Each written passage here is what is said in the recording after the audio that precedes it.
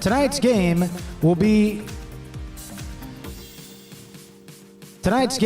will add a new chapter to the lexicon of one of the great high school football rivalries in the Bay Area. Tonight, it will be the visiting Berkeley Prep Buccaneers versus your Tampa Catholic Crusaders. It's also a special edition of Crusader football, as it is both senior night and home.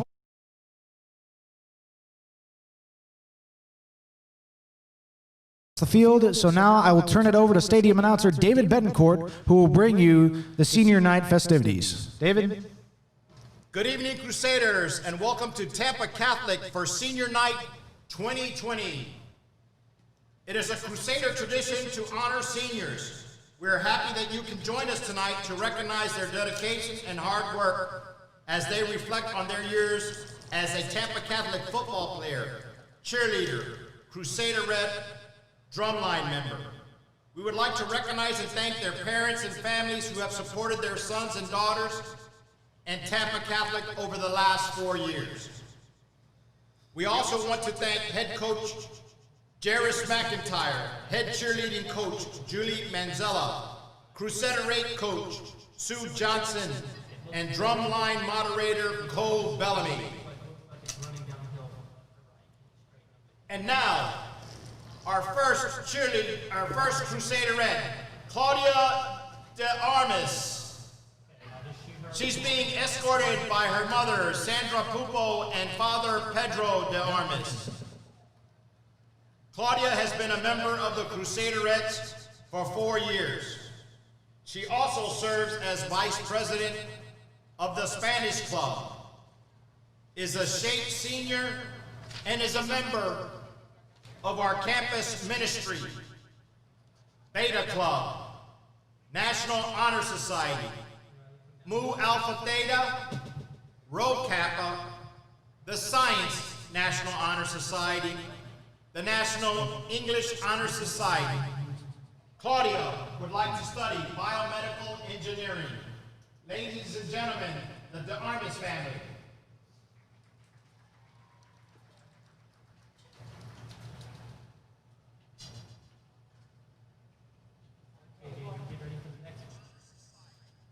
Next, number 6, Damon Snyder II, defensive back for the Crusaders, is being escorted by his mother, Chanel Schneider, and father, Dedmond Schneider Sr., and his sister, Shania. Dee has been on the varsity for 3 years and is committed to the University of Illinois. He is a member of the National Honor Society, track. He is a SHAPE senior, and he plans to major in communications. Ladies and gentlemen, number 6, Dee Snyder and his family.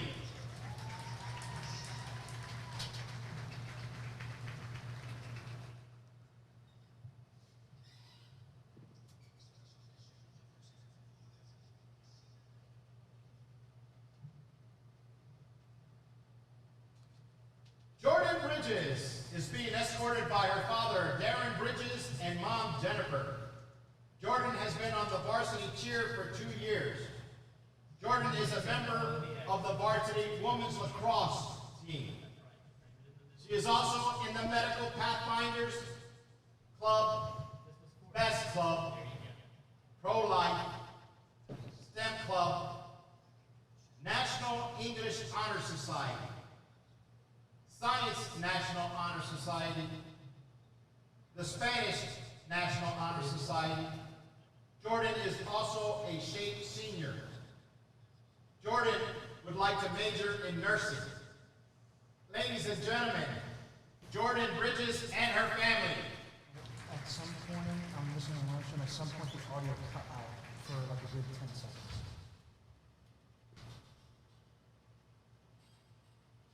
This next one is special for me. Or at least I can Sophia DeRossell is with her dad, Danny, mom, Michael, alumni of 89, her brother Dino, alumni of 14. Sophia has been a Crusader rep for 4 years and is a member of the Green Locos, Think Pink, Best Club, Art Club. She is the captain at the Edge at the Frank Ray Dance Studio, where she is on the competition team.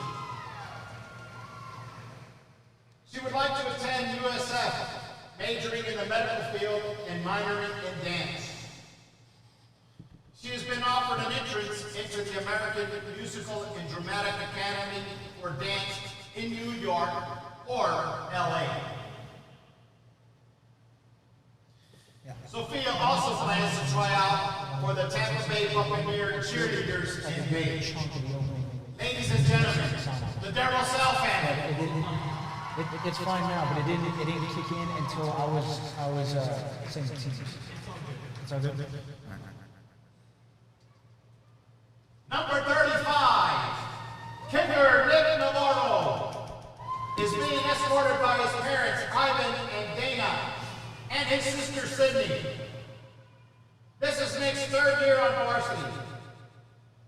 In 2018, he earned the Special Teams Player of the Year award. Nick plans to attend college in the state of Florida and major in biology and sports medicine before attending chiropractic school. He is a member of the Life Club, Best Club, and a Shape Senior.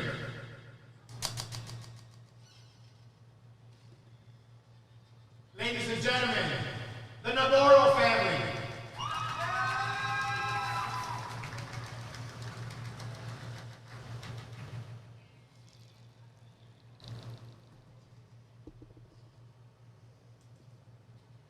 Next, Ella Fiore. She is escorted by Angie, Robert, and Christian Fiore. Ella is a member of the Beta Club, the National Honor Society, Rho Kappa, the Spanish Honor Society, the English Honor Society, the Science National Honor Society, Mu Alpha Theta, Best Club. Ella has been on the cheer team for 3 years. She would also like to attend school in the state of Florida, majoring in nursing.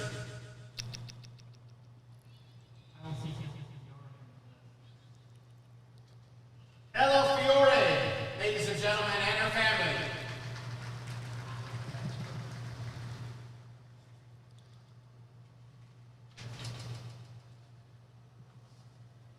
Now we have twins, Ashley and Makeda Hyder, who are with their parents, Brian and Chantel. Ashley is a member of the Crusaderette dance team, the Beta Club, Rho Kappa, Mu Alpha Theta, the Science, French, and English National Honor Societies. She is in the Ambassadors, the Shape Seniors, Green Locals, Best Club, Think Pink, Sign Language Club, and the president of the French Club. Ashley would like to attend a university in Florida and study physical therapy. Michaela is the captain of the drumline. She also is a member of soccer, track, a cross-country team, and is in the French National Honor Society. Michaela would also like to attend a university in Florida. Ladies and gentlemen, the twins, Ashley and Michaela and their families. And then we're gonna roll the clips and stuff. That's what you expect.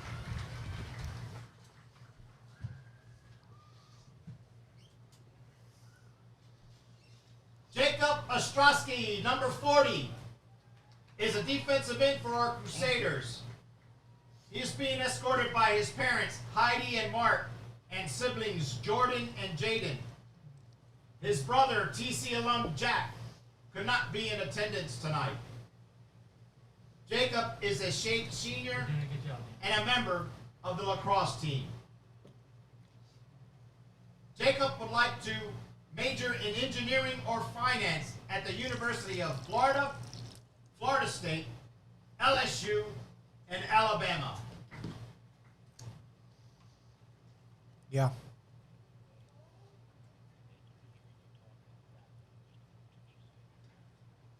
Ladies and gentlemen, the Ostrowski family. All right.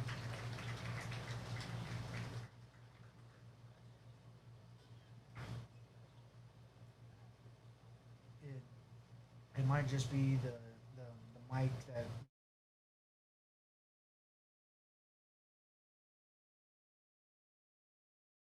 44, linebacker Edward Zanato is with mom Miriam Rashid, dad Scott Zanato, and girlfriend Abby Hogan. He's been a member of the varsity football team for the last 2.5 years. Edward's interest is in Sewanee, the University of the South, the College of Worcester, St. Vincent College, Allegheny College. Edward would like to major in international business and entrepreneurship. He is also the founder of the annual Toys and Clothes Drive for the local migrant farm workers camp. Ladies and gentlemen, Edward Zanato and his family.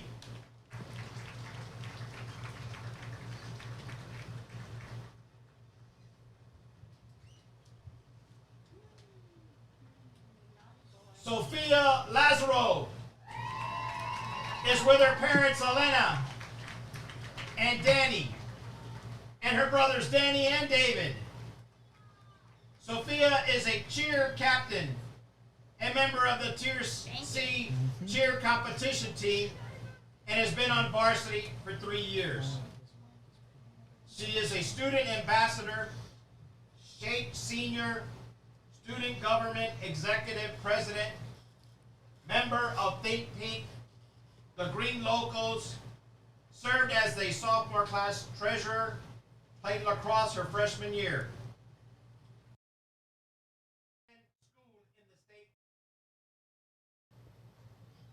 Ladies and gentlemen, Sophia and her family.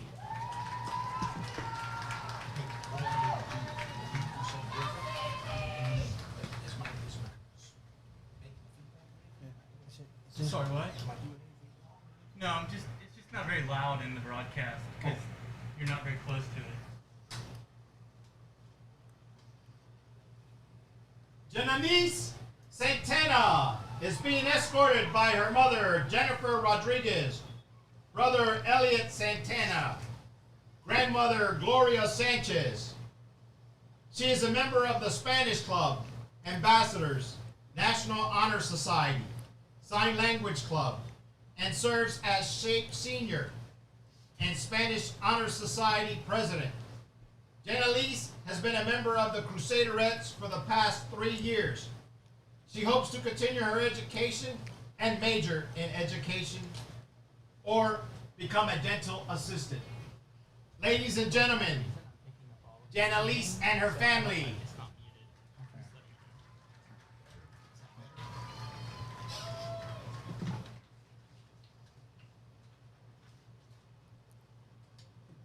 Leonardo A. Gonzalez Reynoso, number 60, is with his father Bernardo Gonzalez Chino and mother Mariela Reynoso and sister Rosario Gonzalez.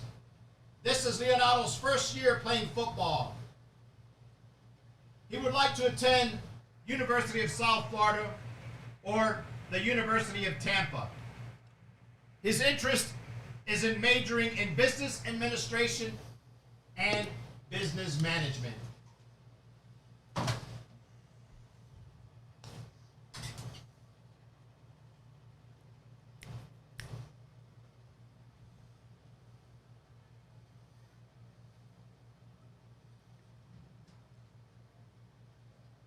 Ladies and gentlemen, Leo and his family.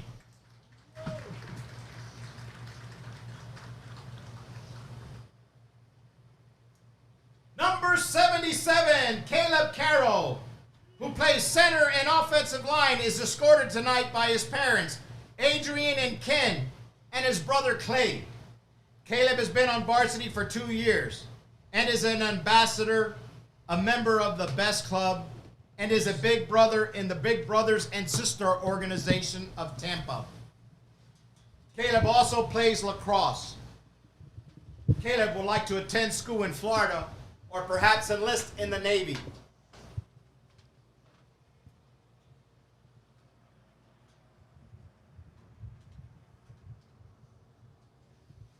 Ladies and gentlemen, the Carroll family.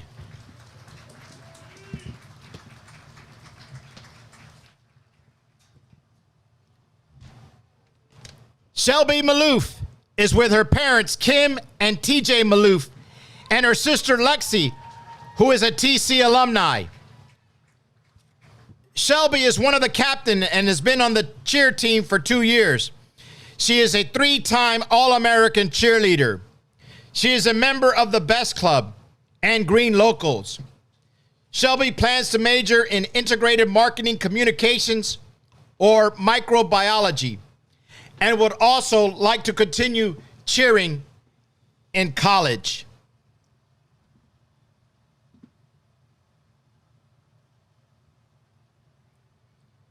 Ladies and gentlemen, the Maloof family.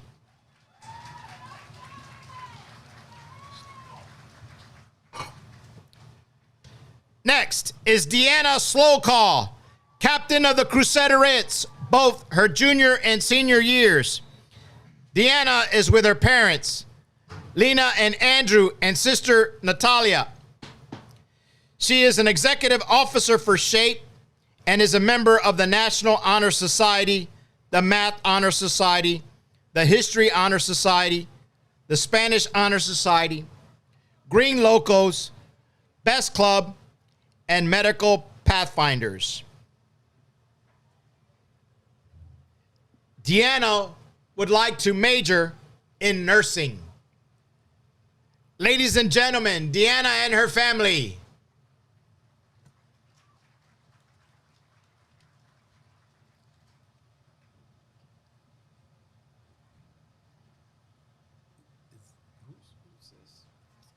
Okay.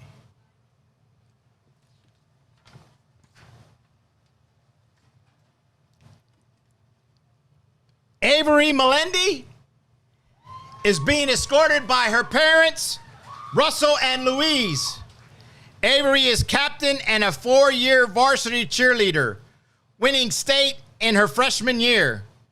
She is a member of Best Club, Student Ambassadors, Rho Kappa Honor Society, the Spanish Honor Society, and is a SHAPE senior. Avery would like to attend college in Florida and study physical therapy. Avery Melendi and her family.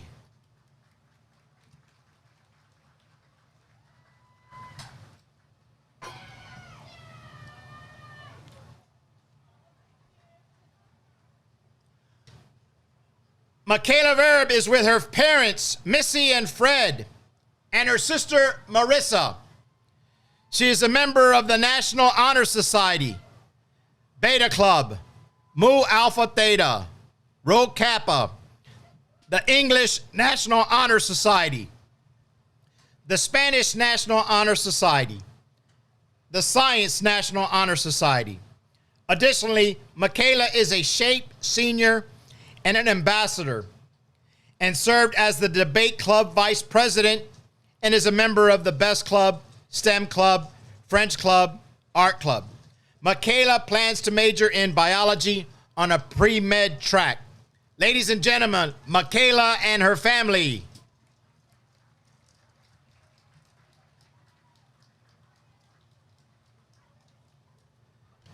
Senior football player number 88, defensive end, tight end, Cole Essick. He is escorted by his parents, Paul and Lisa. This is Cole's second year on varsity, and he holds scholarship offers from the United States Military Academy at West Point, the United States Air Force Academy, and Utah State. Cole has committed to continue his academic and athletic career at Appalachian State University in North Carolina. He volunteers at Feeding Tampa Bay and is a member of SHAPE. Ladies and gentlemen, Cole Essick and his family.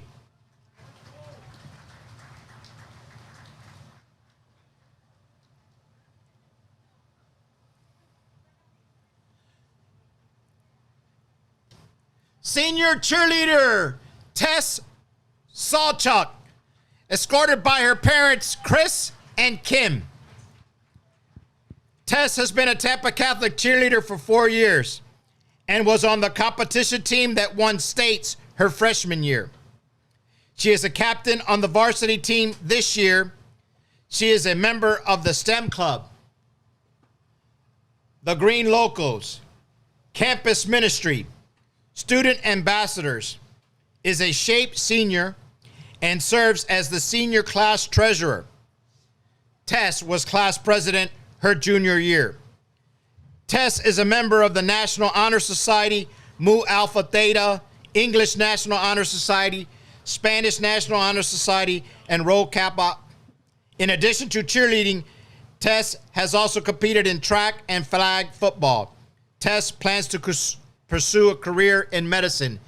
Tess Sawchuk and her family, ladies and gentlemen.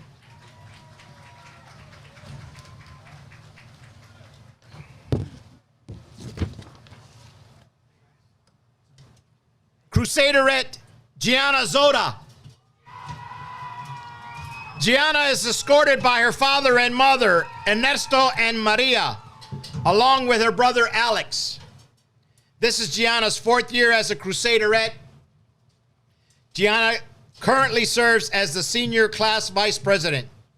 She is a member of the Best Club, SHAPE, Ambassadors, Green Locals, Life Club, and is the chair of Gigi's Playhouse.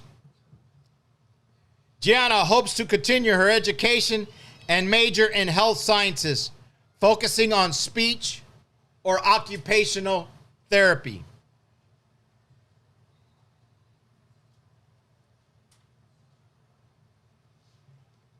Ladies and gentlemen, Gianna and her family.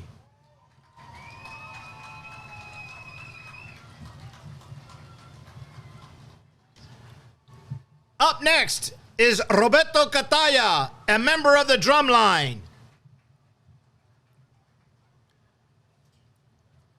He's being escorted by his father Carlos and mother Laura. Roberto is part of the campus ministry, chess club, and CrossFit. And he would like to attend the seminary. Ladies and gentlemen, Roberto Cataya and family.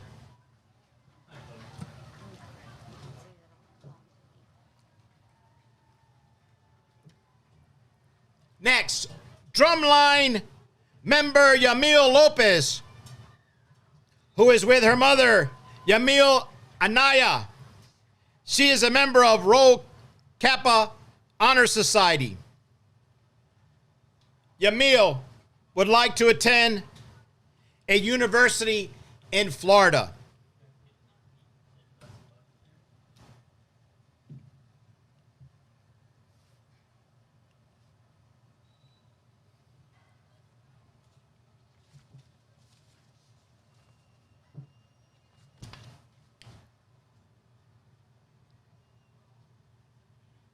Ladies and gentlemen, Captain Avery Blevins.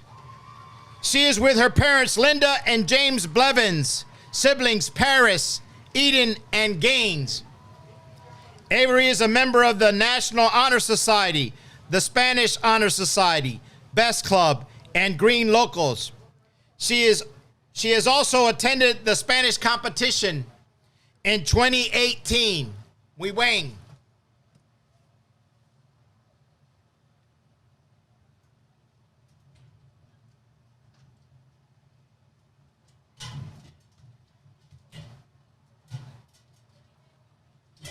Ladies and gentlemen, the Blevins family.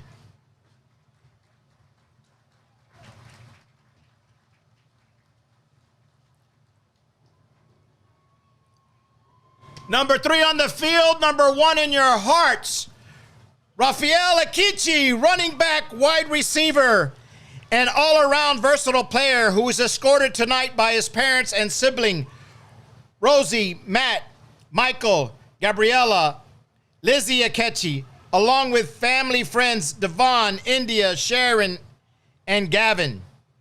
This is Raphael's 4th year on varsity. He currently holds offers to the University of Tennessee and Tennessee State. Also showing interest in Akechi are South Alabama and Austin Peay State. Raphael is interested in computer science and medical school to become a plastic surgeon. Ladies and gentlemen, the Akechi family.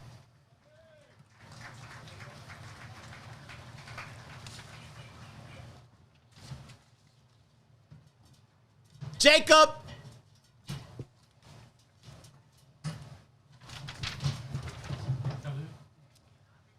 Chalou. Jacob Chalou.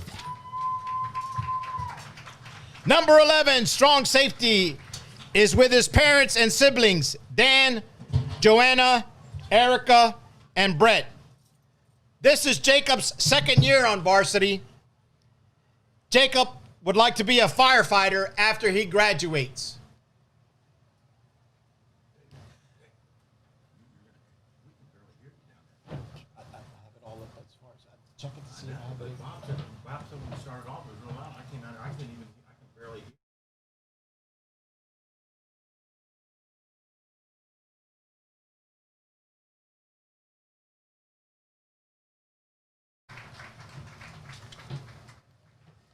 Now, we have another set of twins. Number 74, Jaden, and number 75, Jordan Sandlin. Both Jaden and Jordan have been on varsity for 4 years and are ranked in the top 6 for offensive linemen prospects in the Tampa Bay area. They are being escorted by their mom, Ken Kokacha, stepdad, Jeff Kokacha, father, Jack, and sister, Brittany Sandlin. Jaden, number 74, plays both offensive and defensive lineman and is also on the special teams. He currently holds D1 offers to Wake Forest, Appalachian State, and West Virginia. Jordan, number 75, the only 4-year starter on varsity, also plays offensive and defensive line and is part of the special teams. In 2017, he was Rookie of the Year. In 2018, he received Offensive Coaches Award and was selected 2nd team All-County by Big County Prep. And in 2019 was Lineman of the Year. He also holds multiple D1 offers, but has committed to Florida Atlantic University in Boca Raton, Florida, where he and his brother Jaden will both play football and study health science and sports management. So I got to get one close. I think it's that. I think when you hold it, you don't have to get like right there, but I think you have to kind of close to it, direct it right into it, maybe. No, much better.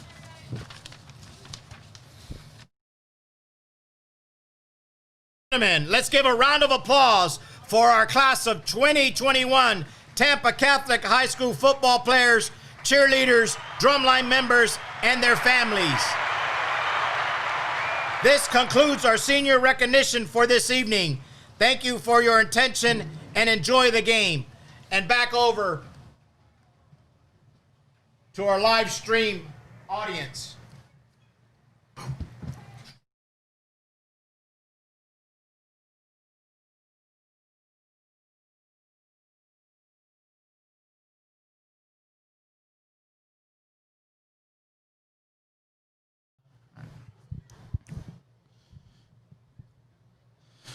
Thank you, David, for bringing us the pregame senior night festivities.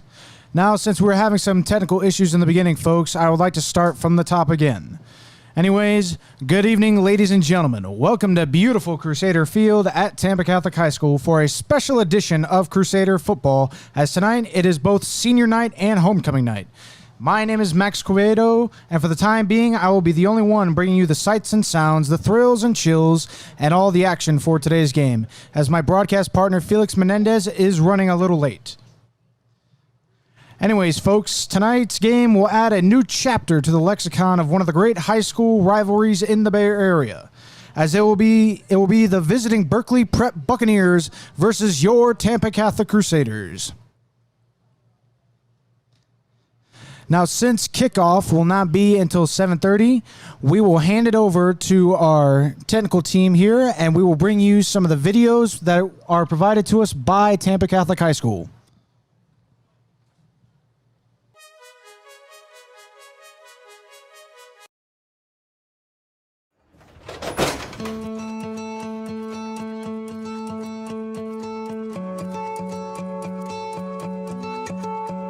Here at Tampa Catholic, we study hard.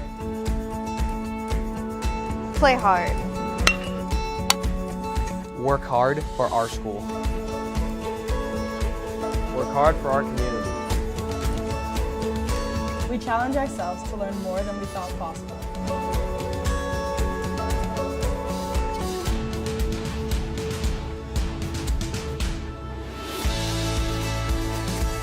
We push our limits to be better. We broaden our horizons and try new things. We pray together and try to make the world a better place. With AP and dual enrollment classes and tons of electives, we carve our own path. There are 23 different sports to play. 28 clubs to lead. Countless ways to serve. How will you challenge yourself? How will you lead? How will you play? How will you serve? Here, we help each other succeed. We help each other win. We're each other's cheerleaders.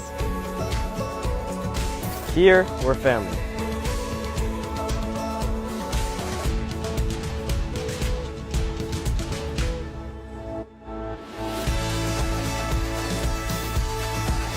Are you ready to be your best you? Are you ready to be a Crusader? Are you ready for TC? Welcome. Welcome. Welcome to TC. Welcome to Tampa Catholic. Welcome to Tampa Catholic. Welcome to TC. Welcome to Tampa Catholic. Welcome to Tampa Catholic.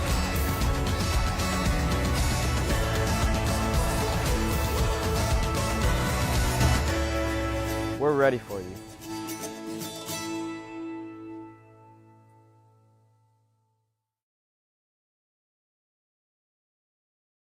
Hello everyone and welcome to Homecoming 2020.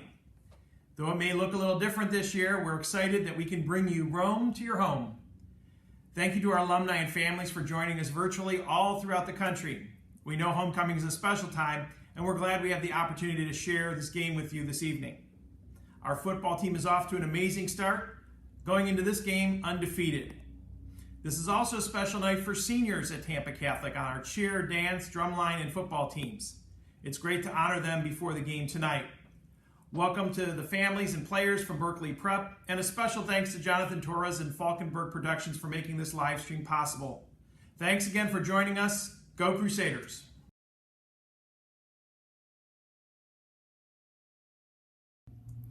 Hello everyone, Jairus McIntyre, TC, class of 1999 and head varsity football coach for the Tampa Catholic Crusaders. Welcome to Homecoming 2020. I'm proud of the hard work and dedication of this football team as we are prepared to take on Berkeley Prep. Thanks for joining us. Now let's go play some football.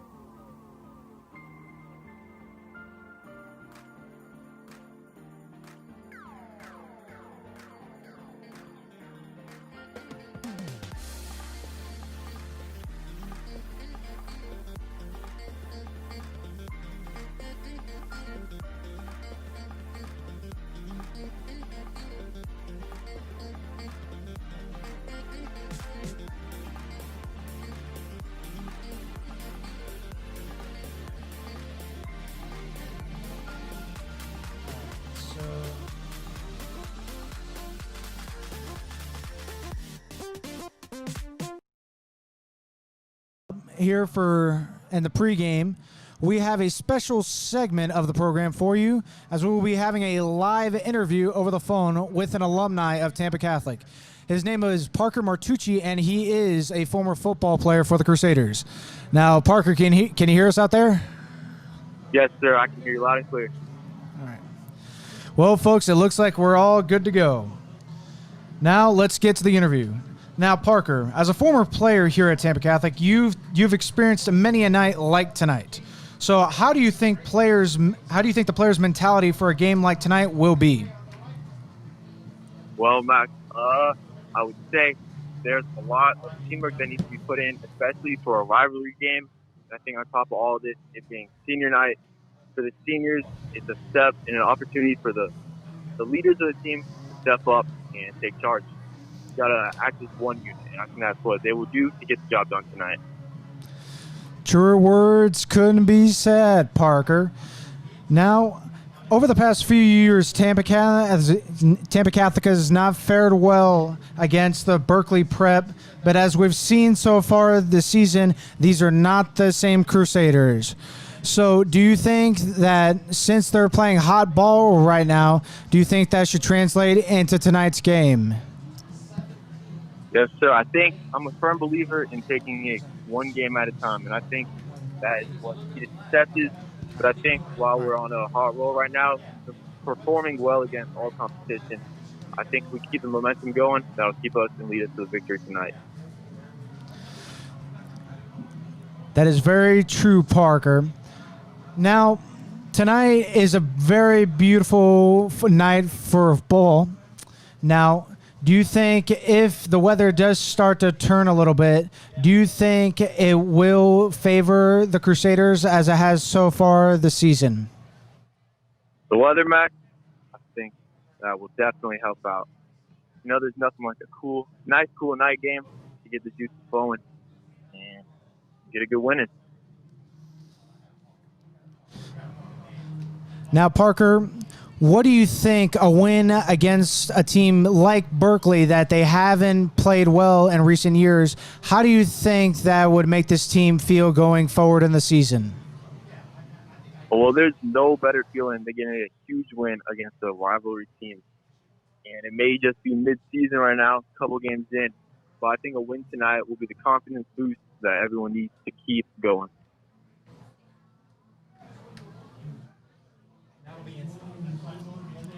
All right, sorry, folks. We had a little bit of a technical issue, but we're set to keep going. Now, after tonight, folks, there will be a couple of more games left on the schedule, but of course, the final game of the season will be against the arch-rival Jesuit Tigers. Now, Parker, the Crusaders so far have been CCC, they have been IMG, and if they beat Berkeley tonight, it will give them great momentum going forward in the season. Now, do you think if they win tonight, how do you think their mentality will be going towards the end of the season when they have to play Jesuit? Well, I don't think there's a better opportunity to make the mark than tonight. We've already beaten CCC, and then tonight we go in and beat Berkeley. Then we only got one more rivalry on our plate. And I think if we can get both of these games done, and we've already gotten one done, I think it's a good look at the Jesuit game. All right. Thank you, Parker, for joining us in the booth tonight.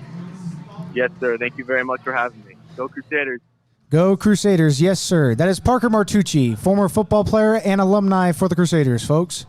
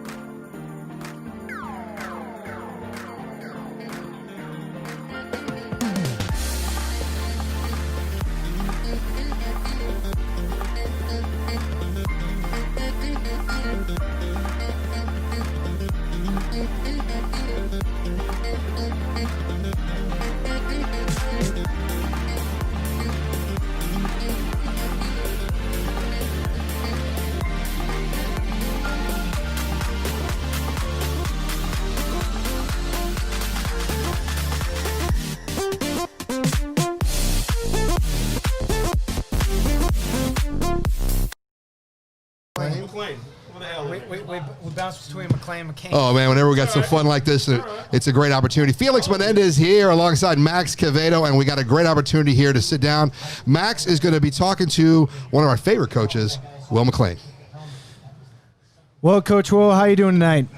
I'm good. How you doing today, Max? I'm doing fine, Coach. Now, you're looking to have a heck of a ball game against the Berkeley Prep Buccaneers tonight. You guys are 3-0 on the season so far, and they're 0-1. Do you think the momentum that you guys have had during the beginning of the season will carry over to tonight? Yeah, absolutely, Max. Like you said, these guys are coming off a 1-0 loss. We got 3 games under our belt. I feel like we've been putting a good deal of conditioning in this week. I feel like the guys are mentally sharp, and I feel like we're ready to rock and roll. That's no truer words could be said, Coach. Now, we were looking at the statistics earlier. So far against the 3 teams that you guys have played, you have outscored them by 113 to 14 points. That is a heck of a differential as far as points go. That's really something. What has gone right for this team that you guys are able to just pretty much pound the other teams into submission? Yeah, I think the biggest thing is just everybody's buying in, Max. You know, you got the offensive line. You got the defense is doing a great job as well. They almost had 3 shutouts. I think, like you said, we've only given up a few points here and there. We got a guy like Kamen coming off the edge with 8 sacks. Ralph Kichi, a career high, 160 yards running. I think we're just all buying in. We're all on the same page, and we all got a common goal, and that's a state championship, obviously.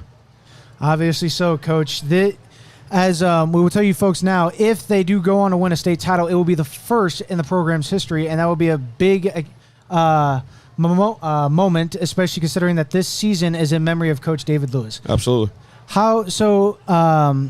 In that light, Coach, how do you think a state championship will how do you think it will affect this team if they go on to win a state championship in the memory of Coach Lou? Yeah, Max. Not only the team but the community. I feel like we're at a good spot. We got some young guys. We got some veteran senior leadership from Didi, Jacob Chalou, some of those guys like that.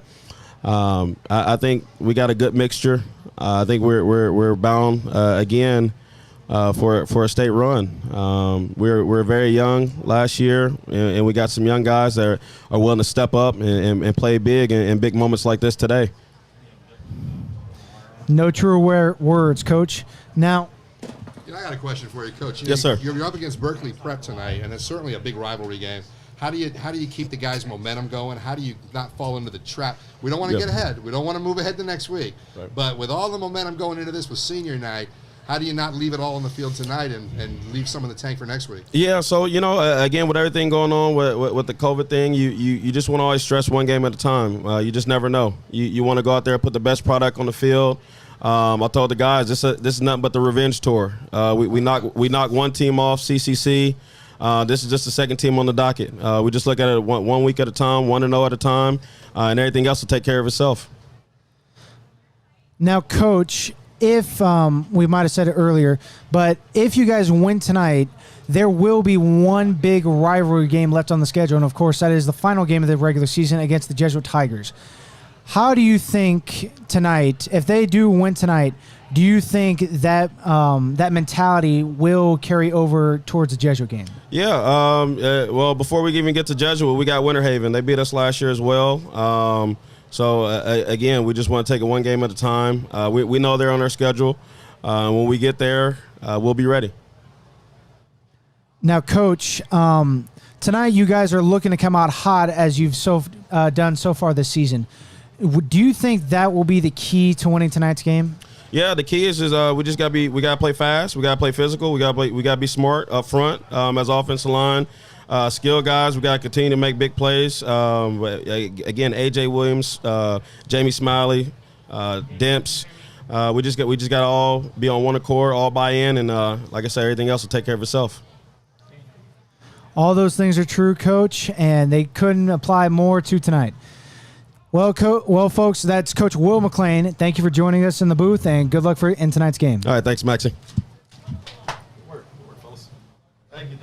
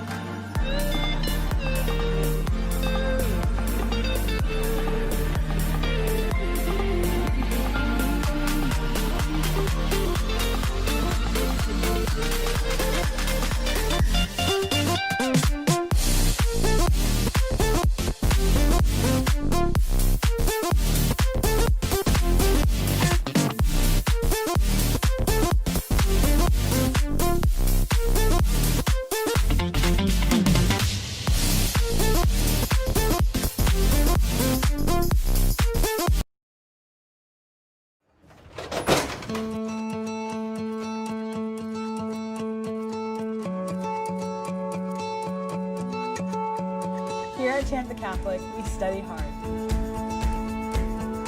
Play hard. Work hard for our school. Work hard for our community.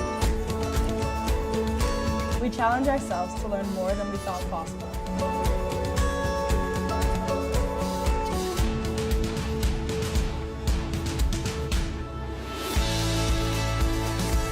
We push our limits to be better. We broaden our horizons and try new things. We pray together and try to make the world a better place. With AP and dual enrollment classes and tons of electives, we carve our own path. There are 23 different sports to play. 28 clubs to lead.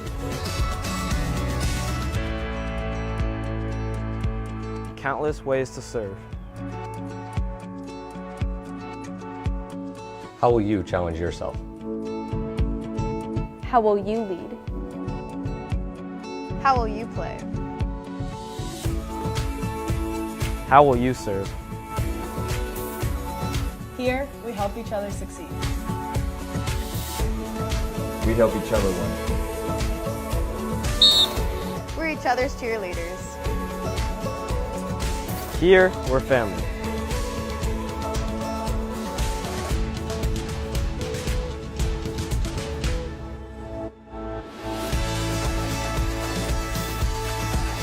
Are you ready to be your best you? Are you ready to be a Crusader? Are you ready for TC? Welcome. Welcome. Welcome to TC. Welcome to Tampa Catholic. Welcome to Tampa Catholic. Welcome to TC. Welcome to Tampa Catholic. Welcome to Tampa Catholic.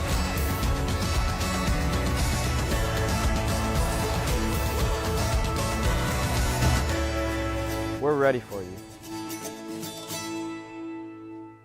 Hello everyone and welcome to Homecoming 2020.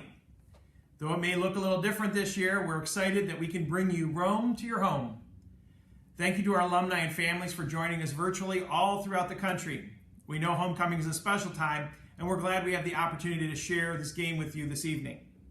Our football team is off to an amazing start, going into this game undefeated. This is also a special night for seniors at Tampa Catholic on our cheer, dance, drumline, and football teams. It's great to honor them before the game tonight. Welcome to the families and players from Berkeley Prep, and a special thanks to Jonathan Torres and Falkenberg Productions for making this live stream possible. Thanks again for joining us. Go Crusaders! Hello everyone, Jairus McIntyre, TC, class of 1999 and head varsity football coach for the Tampa Catholic Crusaders. Welcome to Homecoming 2020. I'm proud of the hard work and dedication of this football team as we are prepared to take on Berkeley Prep. Thanks for joining us. Now let's go play some football.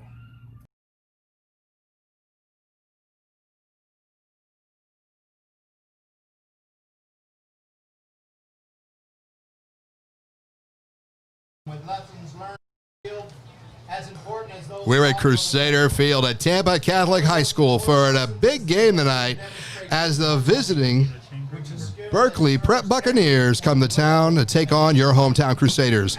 Good evening, everybody. Felix Menendez alongside Max Cavedo for an exciting evening of football that's senior night as we honor the best and brightest as we send them into the world, but not before an impressive game tonight. Max, what do you think about tonight's action? Well, Felix, this is definitely going to be an important game for the Crusaders, as so far this season they have beaten the teams that they've needed to beat. They have beat IMG, they have beat CCC, so tonight will be the last one standing in their way until they have to face the Jesuit Tigers at the end of the season. Well, we're just about ready for the coin toss here. And I got to tell you, we were talking to some of the coaches before tonight, and boy, oh boy, were those guys excited.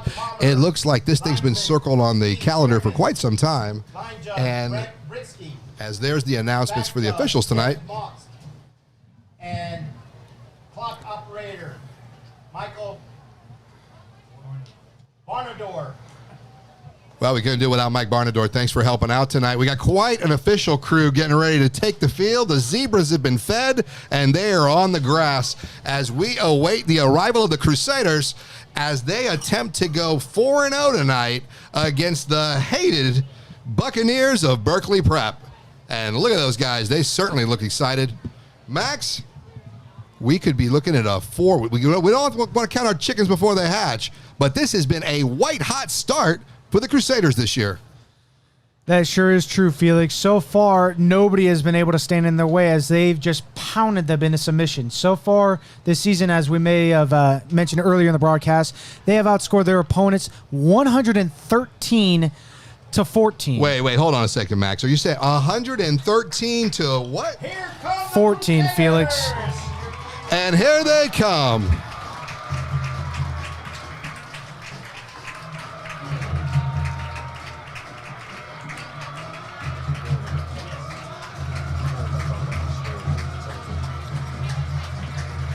The boys in green are here tonight and ready to start to make some noise.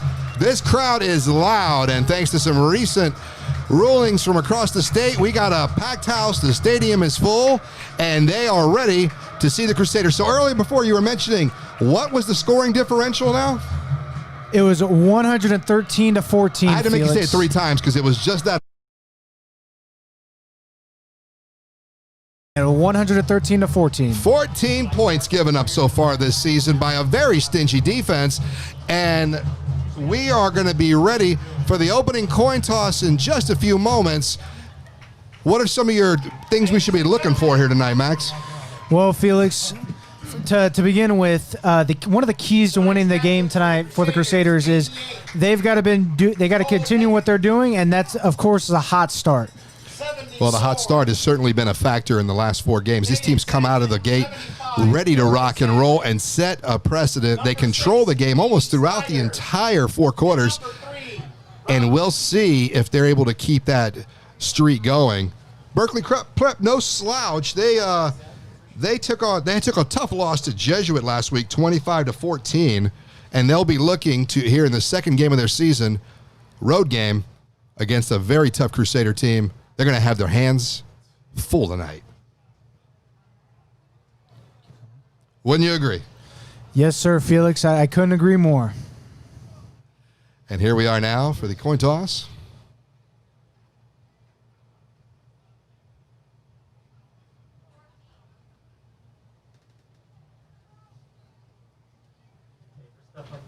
Captain for the Buccaneers, number 14, Austin Dean.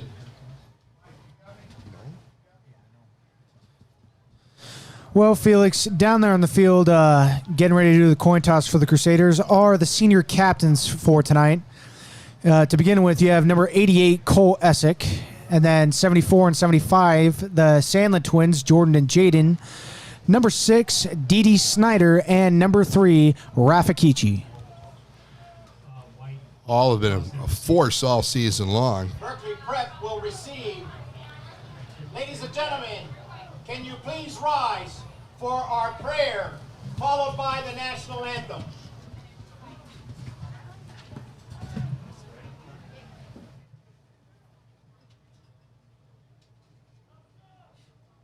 In the name of the Father, and of the Son, and of the Holy Spirit, amen. Let us pray.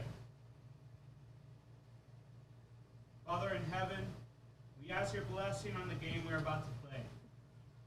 Give each one of us the courage to play this game in a manner which by our words and our actions is pleasing to you.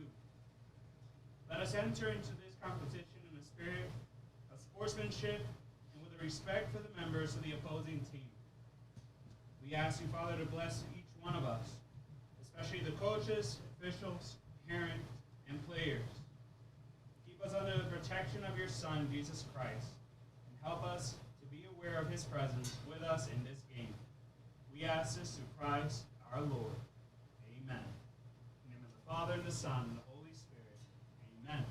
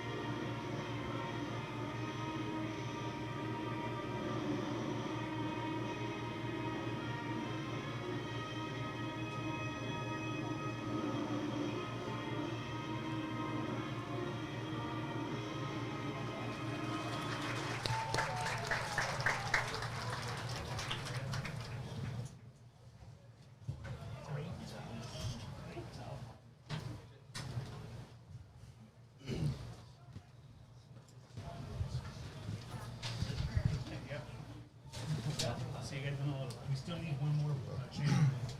Ladies and gentlemen, we are still looking for one volunteer to assist with the chain. We need someone to assist with the chains for tonight's game. Please come down to the field and volunteer. Thank you. Well, I got to say, Max, this looks like perfect football weather. We're in the, I guess, a high 70s tonight. Not a cloud in the sky so much as, or not a rain cloud in the sky. And looks should be perfect weather. Won't be a factor in the night. And we've certainly seen some wet ones this season, but this is a great night for football. Oh, Felix, what a welcome change to some actually decent weather for tonight. I mean, so far this season, all it has been is rolling around in the dirt for both teams. Although I will say, all that rolling around in the dirt really has went in the way of the Crusaders and not for the other teams. Well, absolutely. These guys have played tough day in and day out, regardless of the weather conditions or the conditions on the field. And Buccaneers, number 2, Ronaldo Garcia, and number 3, Xavier Townsend, kicking off for the Crusaders. And so, 35, Nick Navarro. so we're about to get underway, Max. Please, we need one more person to work on the chains for tonight's game. I think we might have somebody coming out. Steven, I think you have somebody coming out. This is the moment that you plan for all week long. That moment of anticipation before the game starts. Applause for our third volunteer.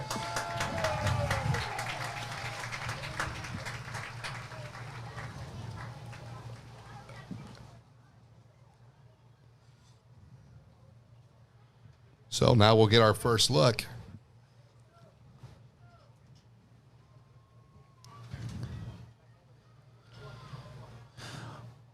Well, Crusader Nation, as we're getting set to kick off, I'd just like to say, grab your shield and sword because we're ready to go to war.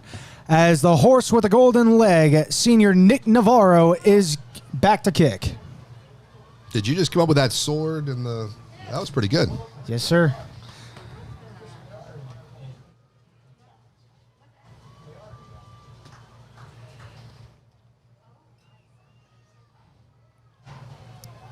And with the chain team now complete, we are ready to start things off here. Navarro's been booming kicks all season long, so I would expect more of the same here tonight. Definitely, Felix. It's going to be bombs away with this kick.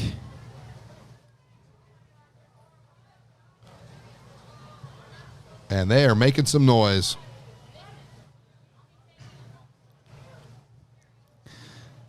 And it looks like the refereeing crew is set to go.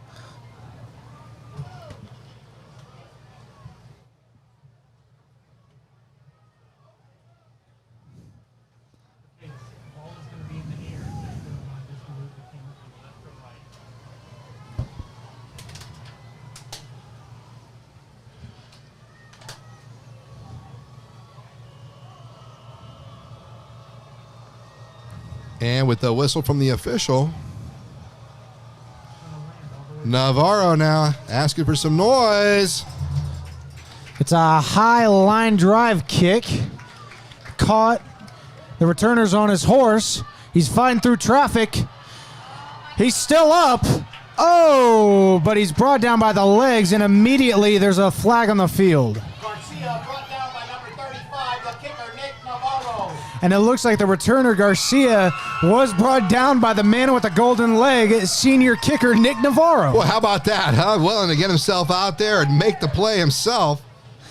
And what happened was a really nice line drive kick that got hit back, and it was none other than Navarro with the tackle. And it might be that contact in the back that drew the flag. They're going to talk about it. Nope. Voting on the Buccaneers. They start 1st and 10 at about the 30. So the flag, as you may have heard from our stadium announcer, David Betancourt, was on the Buccaneers. And now they're going to be starting first down from about the 30-yard line. That's pretty good field position. We'll see if they can take advantage of it here early in the game.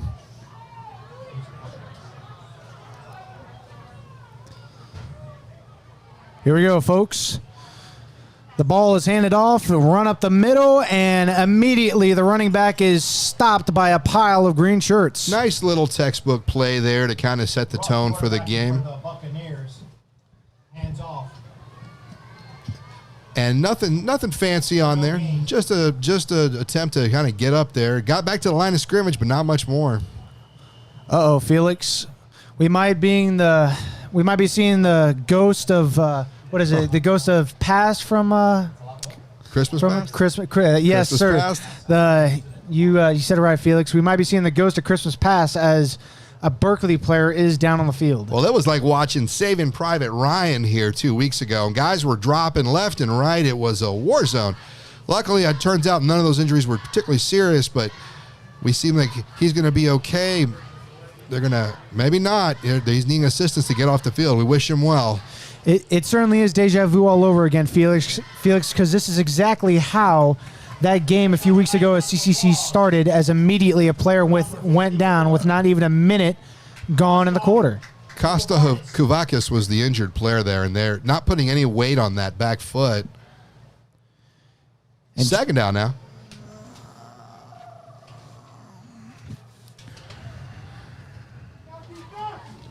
Second and about 10.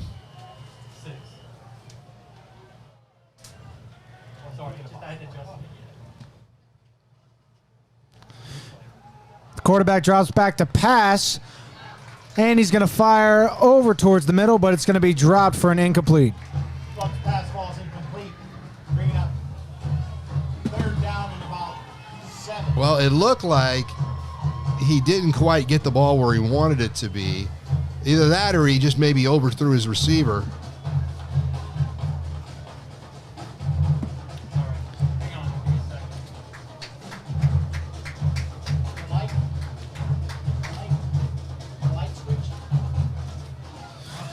So the Buccaneers so far are looking like the Crusaders' opponents of old, as on their very first drive, they're going to be going from 3rd and 6. 3rd and 6, a very manageable. Sure, it's three and long, but this team's got a tendency to make big plays quickly. Quarterback's going to drop. Oh!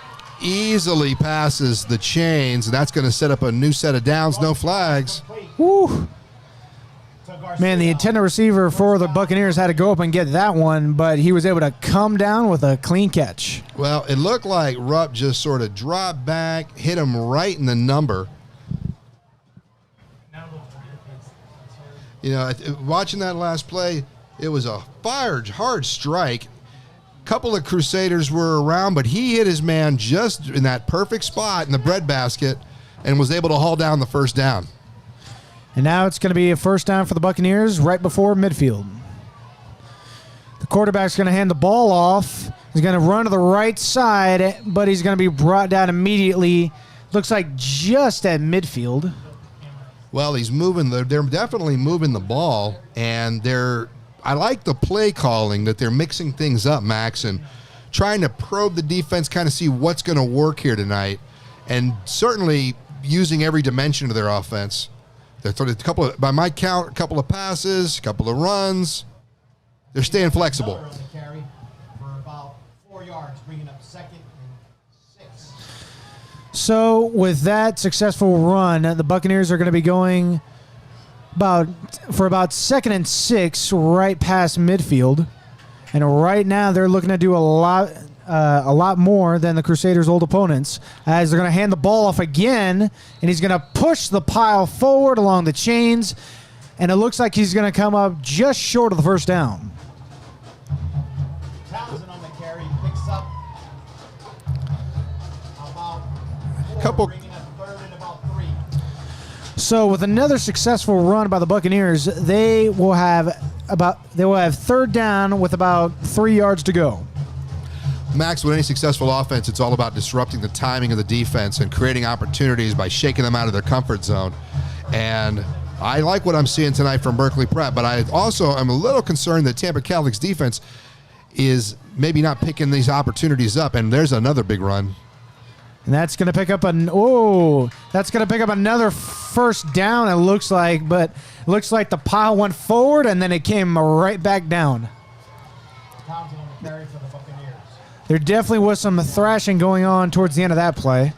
Well, it was hard fought, and it looks like he picked up a couple of yards after initial contact, too. So they're not afraid to push and get that little extra bit. And they are now... I will say this, Felix. So far, the Buccaneers have been running a lot more than some of the other opponents that the Crusaders have had to face so far. Well, they've got some tape on these guys now. They're going to run the ball again. He's going to get some yards, but he's going to be wrapped up by senior number 44, Eddie Zanato. Zanato did a great job coming around that corner and anticipating, seeing the way the play was breaking, and then reacting appropriately. Big play to stop the first down conversion. You know, Felix, so far during this season, Zanato has been one of the main weapons for this Tampa Catholic defense. And really, with his play so far, can really attest to why the Crusaders have only been able to hold their opponents to 14 points. Well, he's such a deadly weapon. If his girlfriend wants to take him out, she's got to wait 3 days, according to the law. Now Berkeley's going to hand the ball off again, and he's going to be immediately brought down. I'll just talk over. Let me know how it goes. Let's see. It looked like it was a combination of Crusaders on that play that brought him down. And it's going to be third down. Brings up third down. And about 3. As we check in with our stadium announcer, David Bencourt, as he said, it will be about third down. Award-winning stadium announcer. Award-winning is right, Felix. And now it's going to be about 3rd and 3 for the Buccaneers. I would expect them to attempt to run here. And there he goes. He rolls out left. Oh! Woo! Well, folks, he rolled out left and was able to tiptoe his way along the line. And he picks up another first down for the Buccaneers. Well, I think one thing that we're seeing here tonight is the speed component of Berkeley Prep. The Buccaneers are coming in very hot, very quick to turn that corner and shoot upfield. And they don't seem to be intimidated one bit by the Tampa Catholic mystique, the record, the home field advantage. They're kind of coming out and playing their game. One thing's for sure, Felix. The Buccaneers are doing to the Crusaders what the Crusaders have been doing to all the other teams that they played, and that's to open the game. All they've done is they've done only one thing, and that's run, run, run. Well, it's very early in the game, and a lot can happen. Still scoreless here in the first quarter, but you got to say that the Bucs have been doing very well moving the ball here in this first series.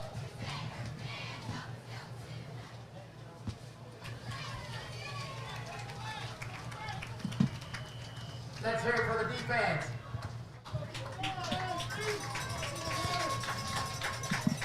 And now you can hear the home crowd. They're trying to hype up the defense to get the stop right here as the Buccaneers are driving downfield. Well, one thing they've been good at all season long is stopping these short field situations. There's the pitch outside.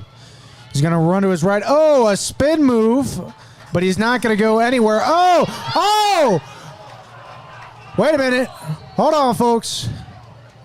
There was a fumble. Let's see who got it.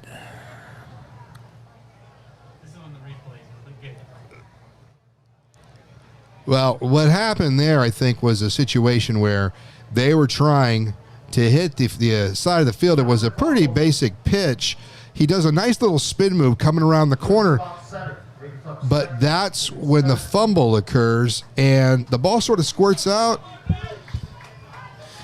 Definitely a Crusader got his hands on the fumble at some point, but it looked like he tripped on the ground and the ball got knocked loose from his hands, and I guess it got recovered by one of the Buccaneers. A lucky break. Let's see if their luck will hold. And now with that fumble, it is going to be 2nd and long for the Buccaneers. Plays like that can just kill the momentum of any drive, and we'll just see if these guys, from what I understand, they got the mental toughness, they got the discipline to be able to recover from that.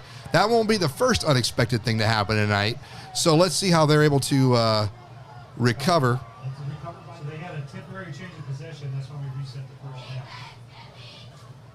There was a temporary change of possession, so now Berkeley Prep starts first down again, but further back. So it looks like the referees are going to call a temporary change of possession. So the Buccaneers will repeat first down, but it will be a first and long. Yes, it will. And they're just going to take a quick water break here to kind of get settled. Pretty exciting stuff early in the first quarter. Ladies and gentlemen, tonight, That's for sure, Felix. Definitely, there's a lot more talking in the huddle. I know from my experience as a former player, there's a lot more talking going down in the huddle than in previous games, because right now, the Buccaneers are doing what no other team has been able to do so far this season, and that's come out firing. Well, they've certainly not been intimidated by any of their opponents up to now, and I'm not saying that they're intimidated at this point. They're playing very loose. They're playing they've seem disciplined tonight in a way that maybe we haven't seen them early in the last few games. They're coming out very machine-like. They need to find a way. They're certainly being opportunistic by that fumble attempt. They are doing everything they can out there, and we'll see if they're able to fight this standoff and make some things happen for themselves. Now, after the quick water break, the Buccaneers are getting set to go again.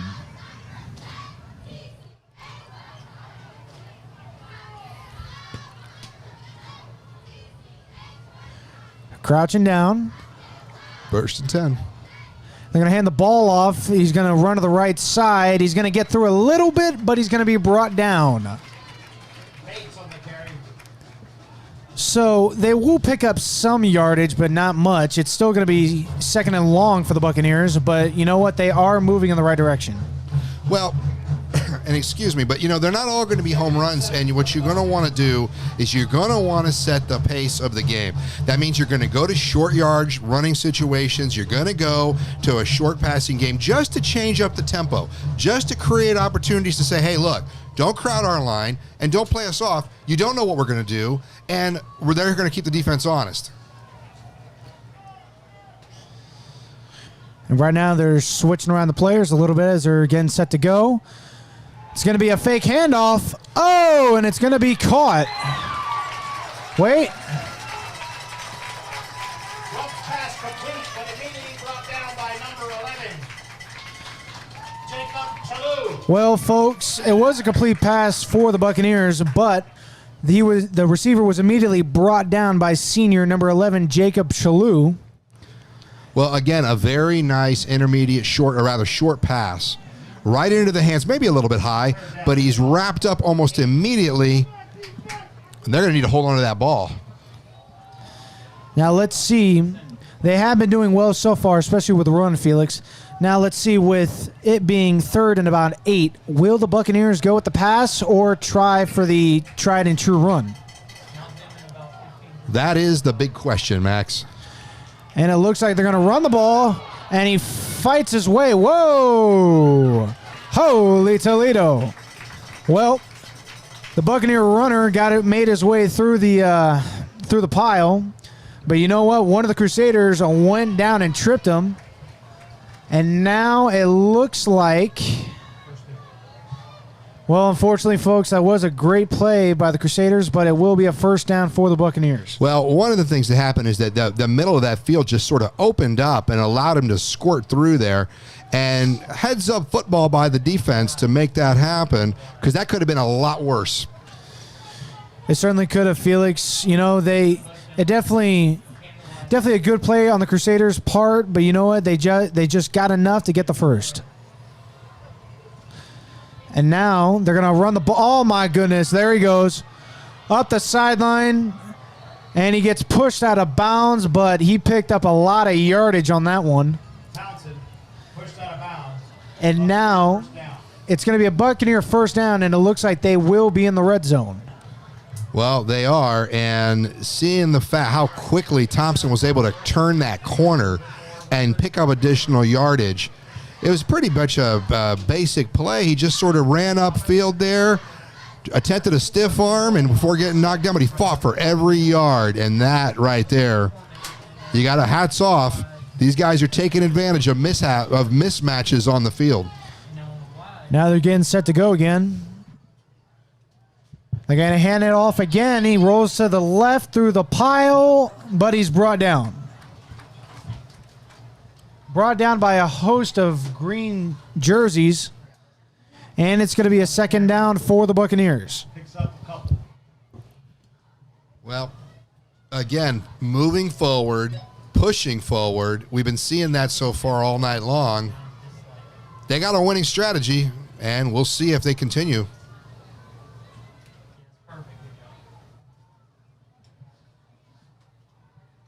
They are knocking at the door. Tampa Catholic, your Uber drivers here.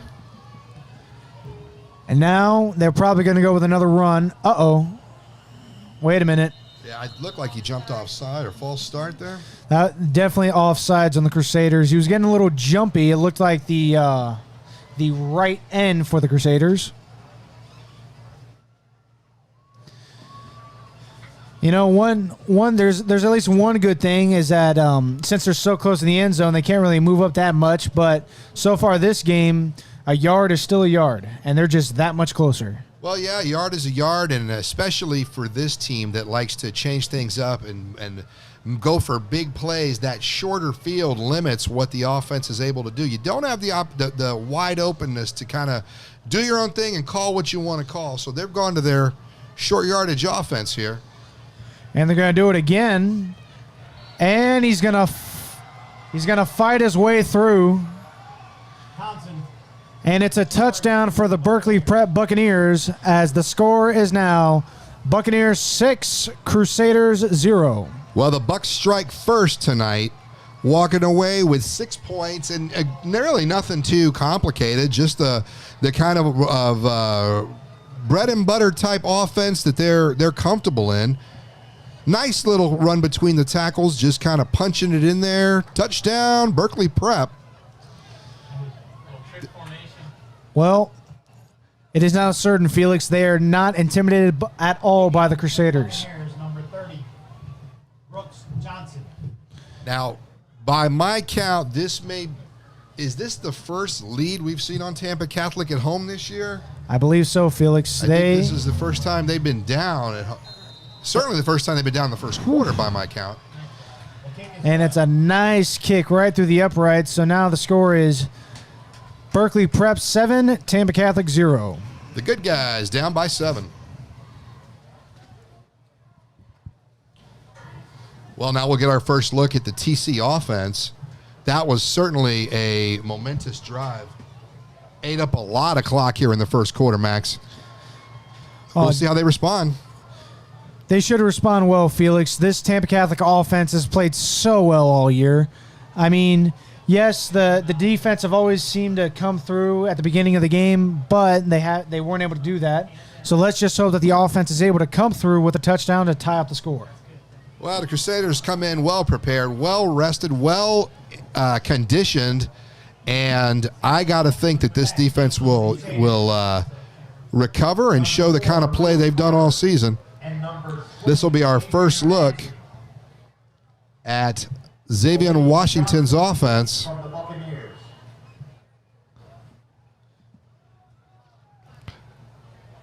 TC now set to receive.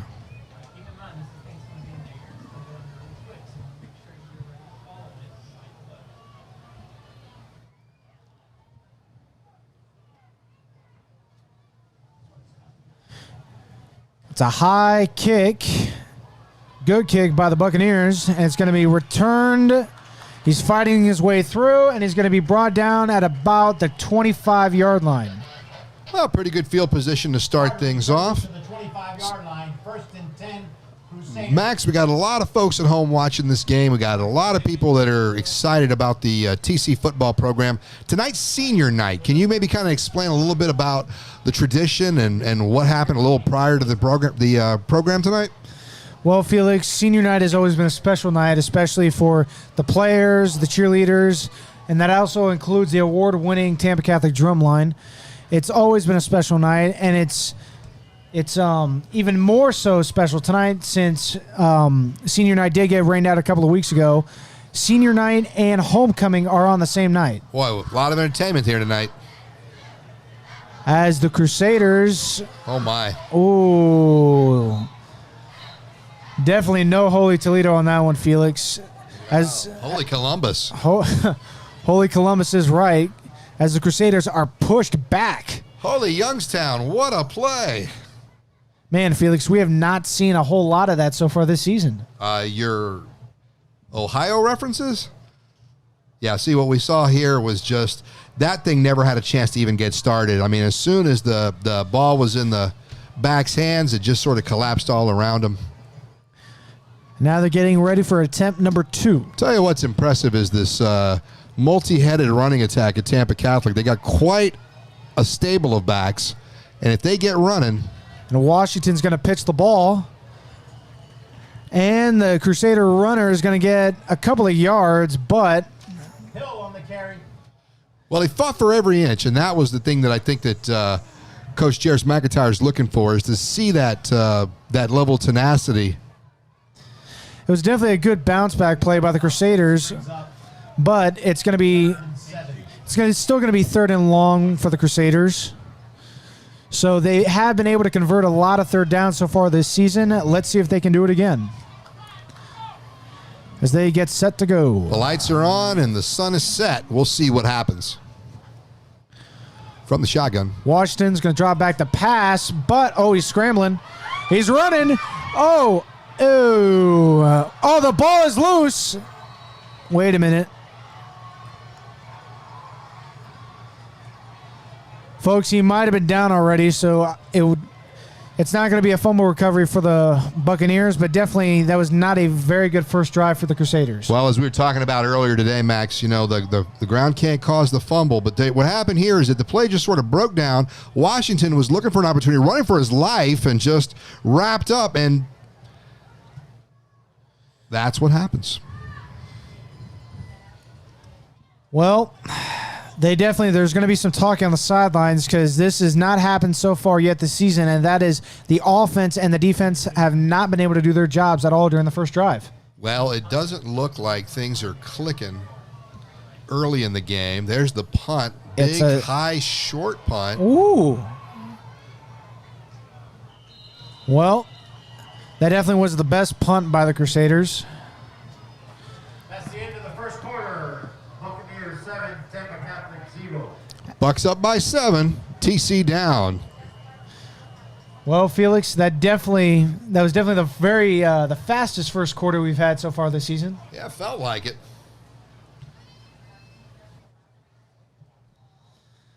And now they're going to flop sides.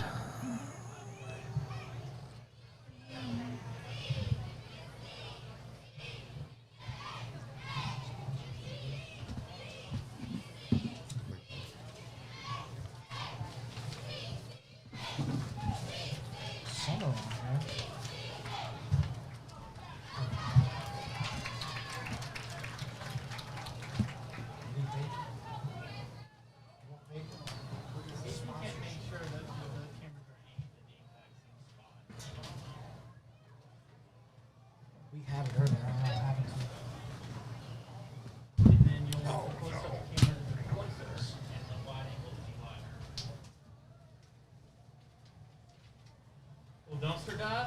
You got any apples in there? One thing that got mixed in here.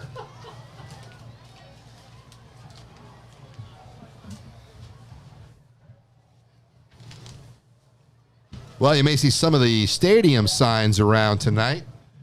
Some of our most loyal supporters that come out and help us out as we get ready to start the second quarter.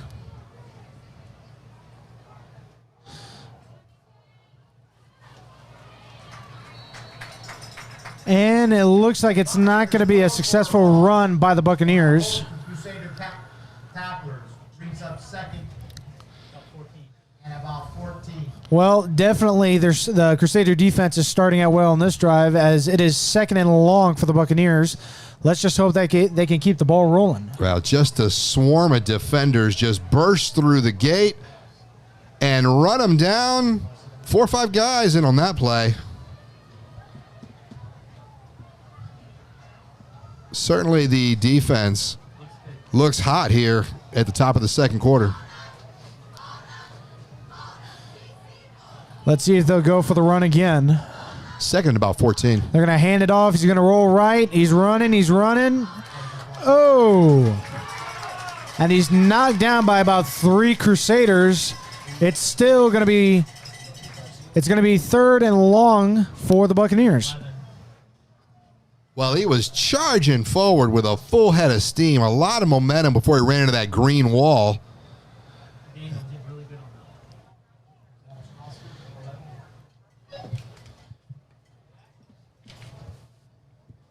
Definitely so far this drive, that the Buccaneers have been able to contain the outside run. Well, and that was definitely a factor early throughout the first quarter. They want to shut down those sides and force them to play in the middle of the field. And it's going to be an incomplete pass. Well, the Crusaders were able to bounce back as the Buccaneers are going to bring out the punt team. They definitely, whatever they was set on the bench, it did get through. Well, and you see in that last play, it was a shotgun. Came in a little bit low into his hands. He tried to shoot that ball across the field, but from where I'm sitting, there was 4 or 5 players standing by, and his man was all alone. Nothing doing. Incomplete pass.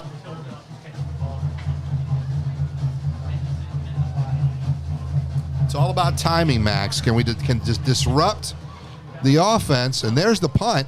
Another sky-high kick, and it's going to go out of bounds.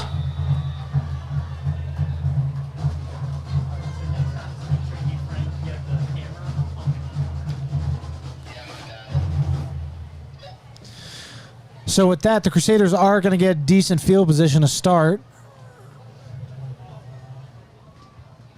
Well, let's see how their second drive here capitalizes on the strong 3 and out.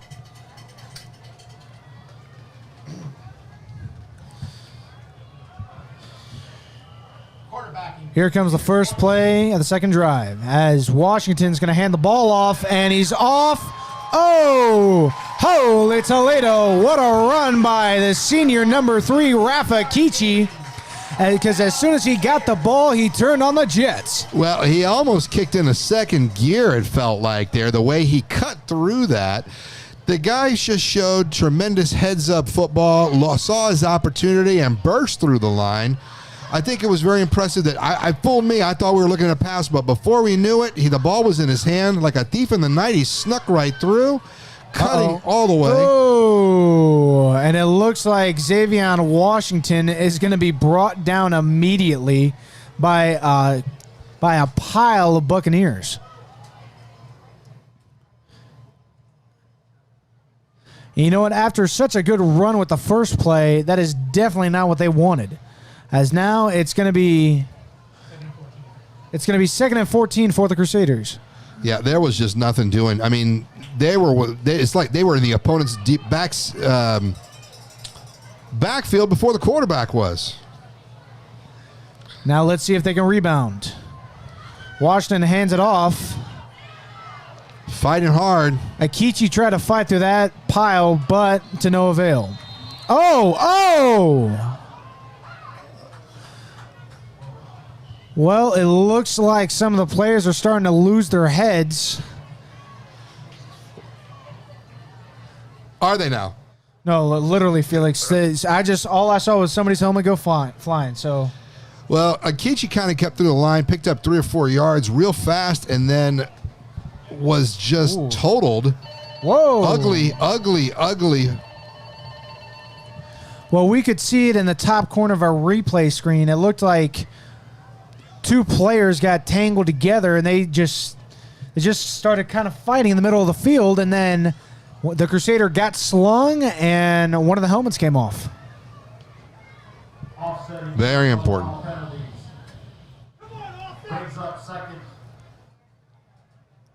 Well, when we saw the game against Clearwater Catholic, there was a lot of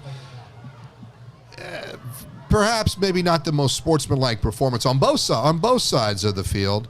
And one of the things that we were pretty excited to see tonight is just how disciplined TC was playing. Passions are going to be high, Max, but you want to. As Washington, he's rolling out. He throws downfield, and it's going to be incomplete. Washington's pass for Williams incomplete. Brings up 4th down. Well, Felix, definitely Washington was trying to put all his cards on the table with that pass, but he couldn't get the job done. Looking for a big play, trying to make something happen here and create a momentum situation for the Crusaders. He brought back, he's under a little bit of pursuit, but it was that time to throw that ball. It's just over the fingertips. They could not sync up. Incomplete pass. Now with that 4th down, the Crusader punt team is going to come out again. Let's see if they could get a little bit of a better kick this time. And here it comes. Definitely a good punt as it drops. Favorable bounce.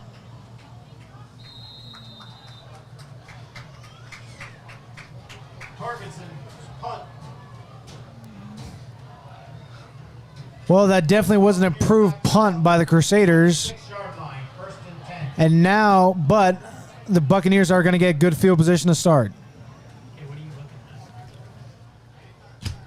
Well, I got to think the score reflects what we're seeing here. The Buccaneers do have a 7-point lead, but both teams seem pretty evenly matched. I mean, I'm seeing things on both sides on the certainly strong speed. Berkeley Prep, very creative on offense tonight. We'll see if these two guys keep slugging at each other. A winner's going to emerge.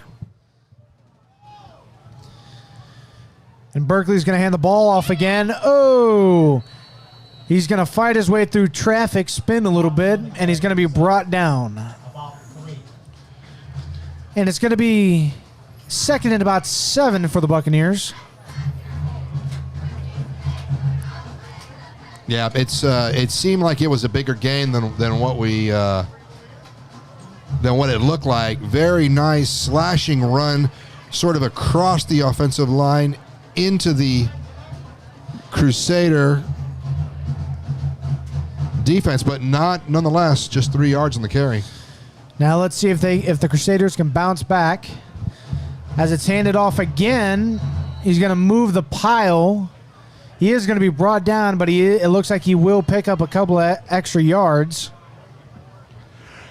Well, one of the things they're going to tell you, even at the earliest levels of football, is you want to be moving the ball forward. You always want to be moving up, up, up, up. Never run backwards. And whenever you do run to the side, you need to be looking ahead for daylight. The Buccaneers displaying a lot of off-tackle running, and maybe they need to kind of settle down here and just pound that rock. It's going to be a 3rd down for the Buccaneers. Looks like a call in time. And with that timeout, there will be 7 minutes and 9 seconds left in the second quarter. The score still stands. Berkeley Prep 7, Tampa Catholic 0.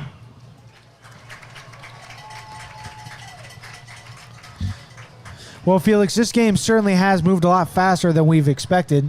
Maybe we've just gotten used to the fast scoring by the Crusaders that kind of slows down the game, but we really haven't seen any of that at all in this game. Well, the game got a little bit of a late start due to the homecoming festivities and some of the senior night stuff, so we're a little further into the evening than these games tend to start, but it does feel like this has gone by very, very quickly.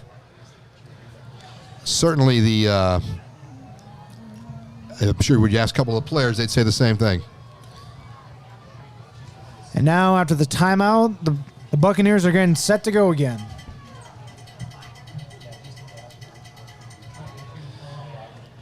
And now with the third down, let's see if they'll run or pass. 2 yards.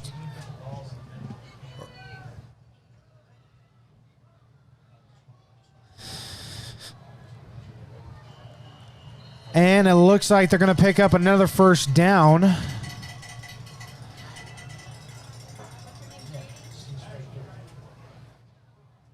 And they have. He stumbled his way through traffic, but it was just enough to get the job done. You know, a situation like that, everybody in the stadium knows what's going to happen. It's going to be a run, and you're going to try to run it up the gut because you got to get those 2 yards. And about the worst thing you can do is try to get too fancy or overthink it. And despite that, they knew what was coming. They knew they were getting hit with, and just sometimes the other guy wins.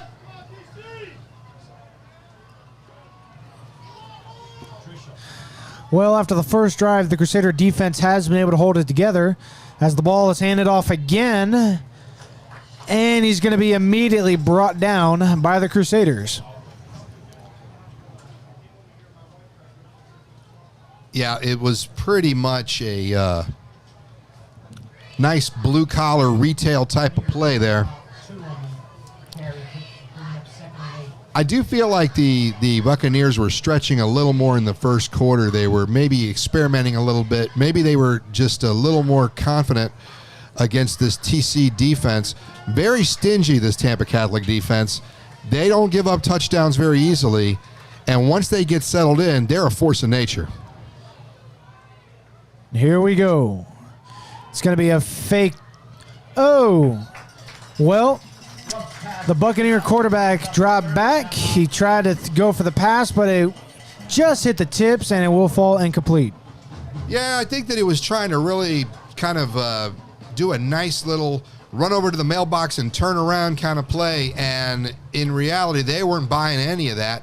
Were able to get their hands up and kind of tip it away. And after that, nice throw, but a lot of velocity behind it, but maybe too much mustard on that hot dog. Ooh. Hot dog would go pretty good right now, Felix. They don't You're making bring me us hungry. hot dogs or anything in here? Or? I wish they could. Well, you know.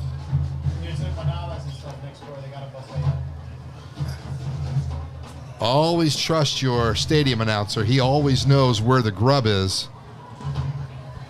Did we just take a timeout? It's an official's timeout water break.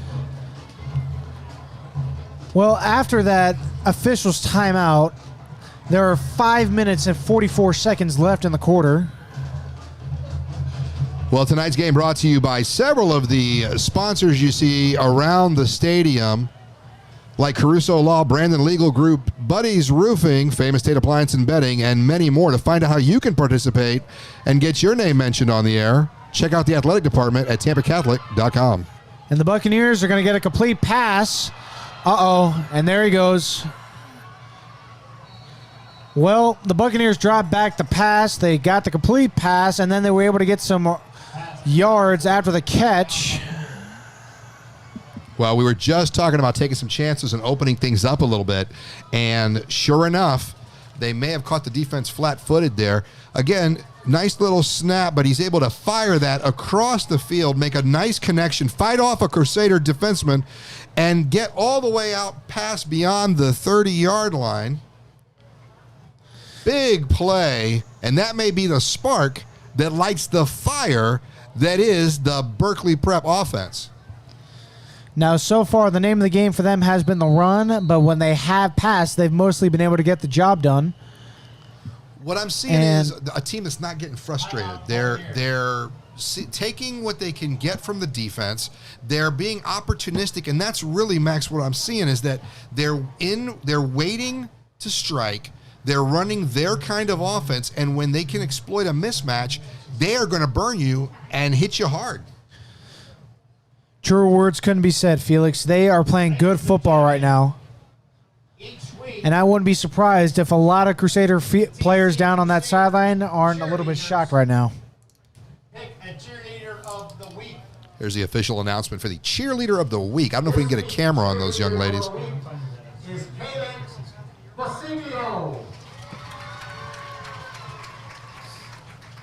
Let me make sure I heard that right. That was Peyton Basiglio. Kaylin Basiglio is our cheerleader of the week. Congratulations to that young lady. And it looks like she just got her picture taken, Felix. So there's some happy parents down there in the stands.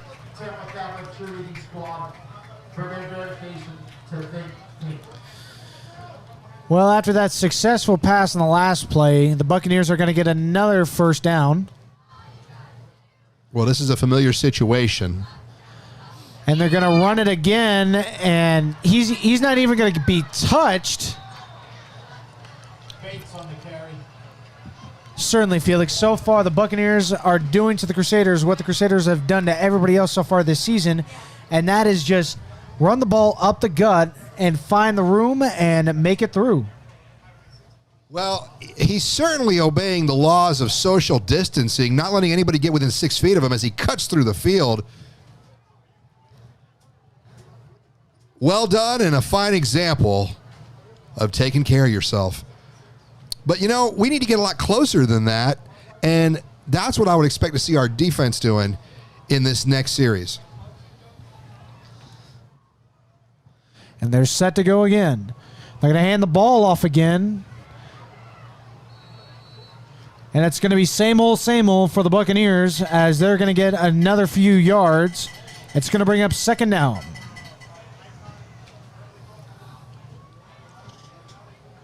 Second and about 4.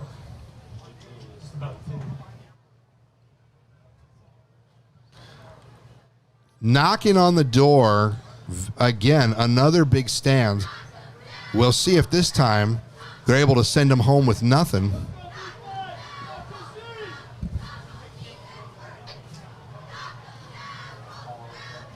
It's going to be second down for the Buccaneers.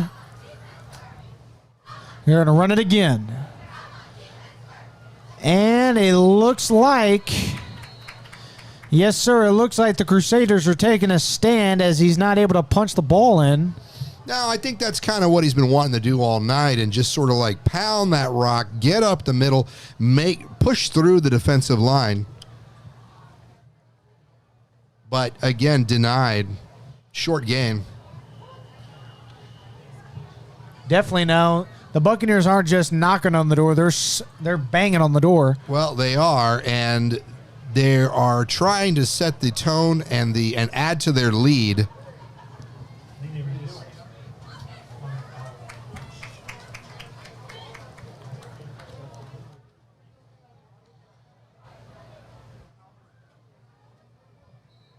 Just over 3 minutes left here in the second quarter. And it looks like it's going to be a 3rd and 1. From the 1? From the 1. Nope. Nope. Wait, never mind. You got to like that second effort that you saw there. The fact that he didn't give up on it. He put his head down and he kept charging forward. And that is going to set the Crusaders back to the tune of 13 points. The score is now Berkeley Prep 13, Tampa Catholic 0. Well, the Buccaneers have sailed in here with the intent of ruining homecoming. I sure hope they're not reverting back to the Crusaders of old, because if that's the case, this might not be a pretty game. I had a chance to talk to head coach Jairus McIntyre earlier this week, and one of the things that he stressed was that the mental toughness of this team has really been a factor. He finds that these young men are prepared, that they're coming to practice with a lot of energy and working well together as a team, and he's expecting to see that tonight as well. This team has been dominant through the first 3 weeks of the season. So I would be surprised not to see Tampa Catholic find a way to get this behind them and score quickly. But at this point, it'd be nice to go into halftime with the score. Let's see how they respond to the touchdown drive. Well, definitely. They did get kind of a break because the Buccaneers were not able to get the extra point. Now, with 2 minutes and 54 seconds left in the quarter, well, the half pretty much, the Crusaders, they do have a chance to score because if they're able to get it going on this drive, they're gonna pretty much do what they've been doing all season, and that's score and score quickly. 3 minutes is a lot of time, and you got an opportunity. You don't need to come out here and strike for the end zone on the very first play. You got time. Still got some timeouts, and they can still create some opportunity. On the other hand, you don't want to leave the opponent with too much time. So I would expect them to come out here, see some of this short, intermediate type passing, and again, they're committal to the running game, and chip away at this field. And that's going to be a booming kick by the Buccaneers.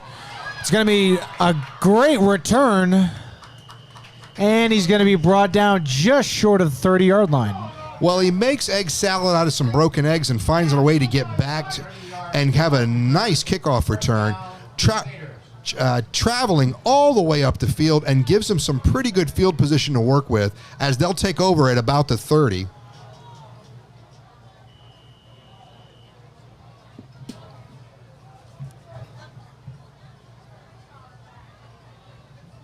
.247 on the game clock now. And they're going to run the ball. And what a run. He's off to the races. Holy Toledo, what a run. That's going to get him up to about midfield. Hill with a spectacular run here. At about, looks about the 49-yard line is where they're going to spot it. And here's the hurry-up offense. About 2:35 on the clock. Well, they certainly turned on the gas, and he's running again.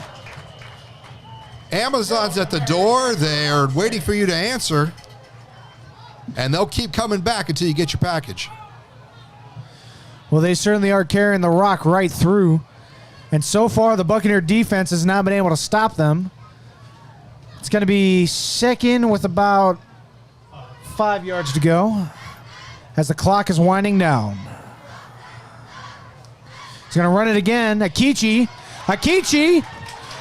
Holy Toledo, another beautiful run by the senior number 3, Rafa Akichi.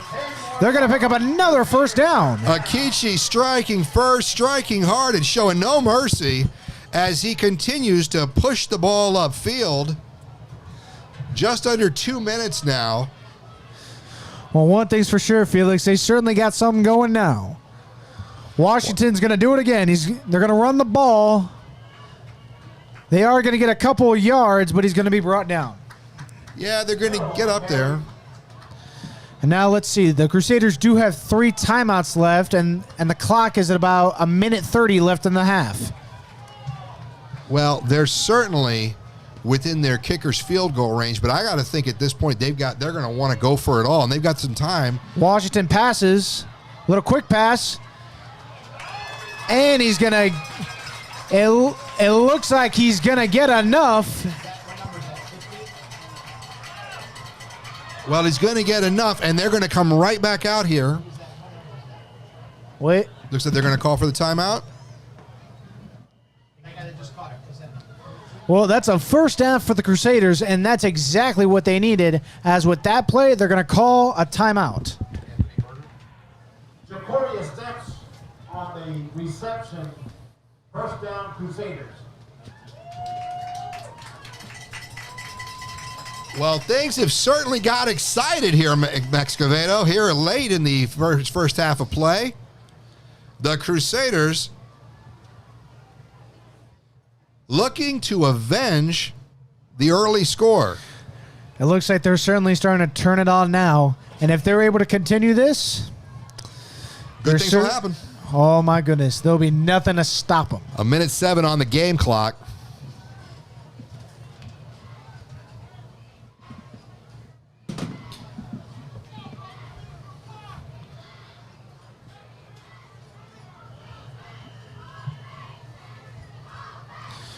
Here we go, folks. He's going to run it again. And he's got nowhere to go. He's stopped by a wall of white shirts. Well, they read that book. I mean, they were all over him, and it was the pocket just was not able to hold him. They were on him from the shotgun now. Washington to pass. Oh! A hard-stopping near interception. Oh, my goodness, Felix. Everybody just held their breath. Well, at least they won't.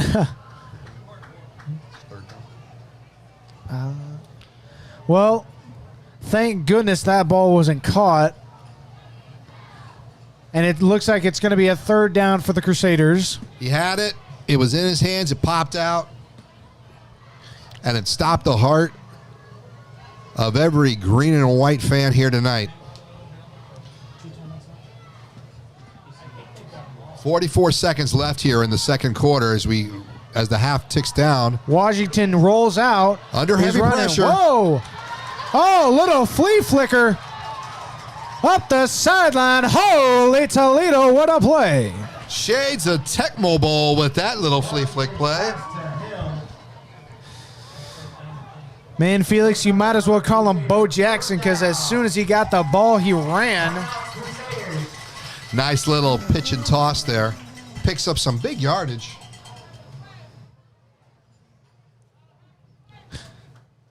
Now the Crusaders are going to call a timeout, and with that, there's 32 seconds left in the half. Max, I'm going to say hello real quick to Hall of Fame Crusader Felix Menendez III, who's home watching this game tonight. Congratulations. Hope you're enjoying the ball game.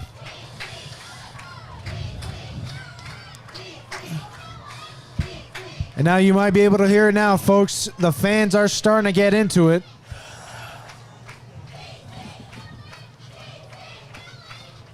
A wall of white noise emanating from the stands as these fans show their support.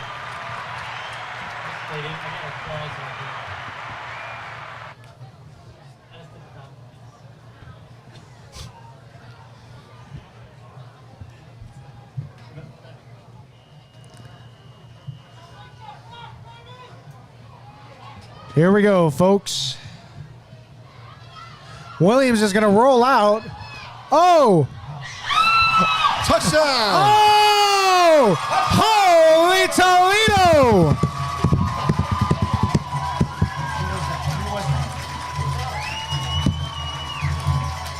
Oh, my goodness. Well, you talk about your heads-up football and making the most of your opportunities. Washington, under heavy pressure, dodges one defender, zips the ball into the end zone.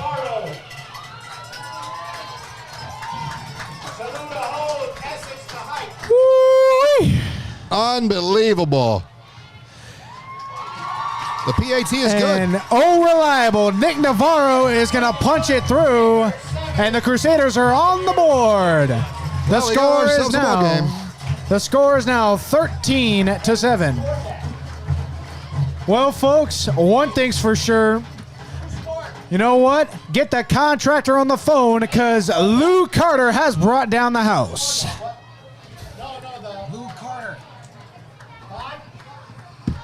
Lou Carter with a big reception. And they are showing signs of life. The Crusaders are still in this ball game by a long shot. It's a one-score game. Well, Felix, just like we were talking about earlier, if they can get on their game, they will score quick, and that's exactly what they did. Well, they'll strike like a rattlesnake quickly, and in some cases it looks almost effortlessly. He did a great job making sure he was ahead of his defender and that he was open on that play. And give Washington some credit for being heads up, dodging the incoming defender, keeping his head and looking for opportunities downfield. We got a 7-point ball game. Woo. Man, Washington looked like he had moves on his moves on that play. And Navarro is set to kick it away. Navarro with a little bit of a short kick. They're going to want to try to kill some clock here. And let's see. He's going to get a little bit of a return, but not much. Buccaneers take over 1st and 10 at the 39.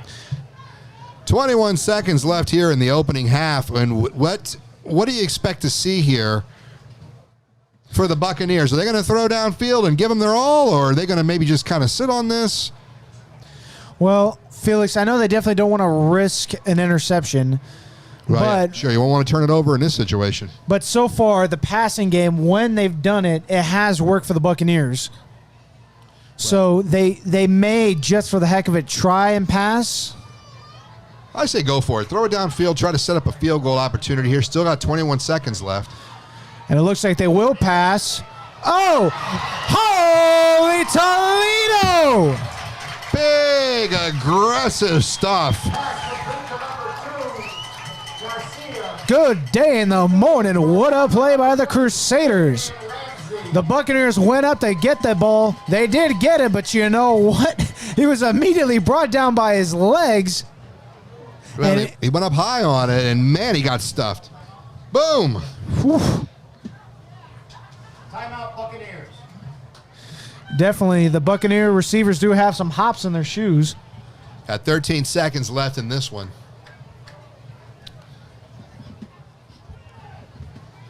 And your score, the hated Berkeley Prep Buccaneers 13, TC 7. It's a rivalry game at a homecoming senior night.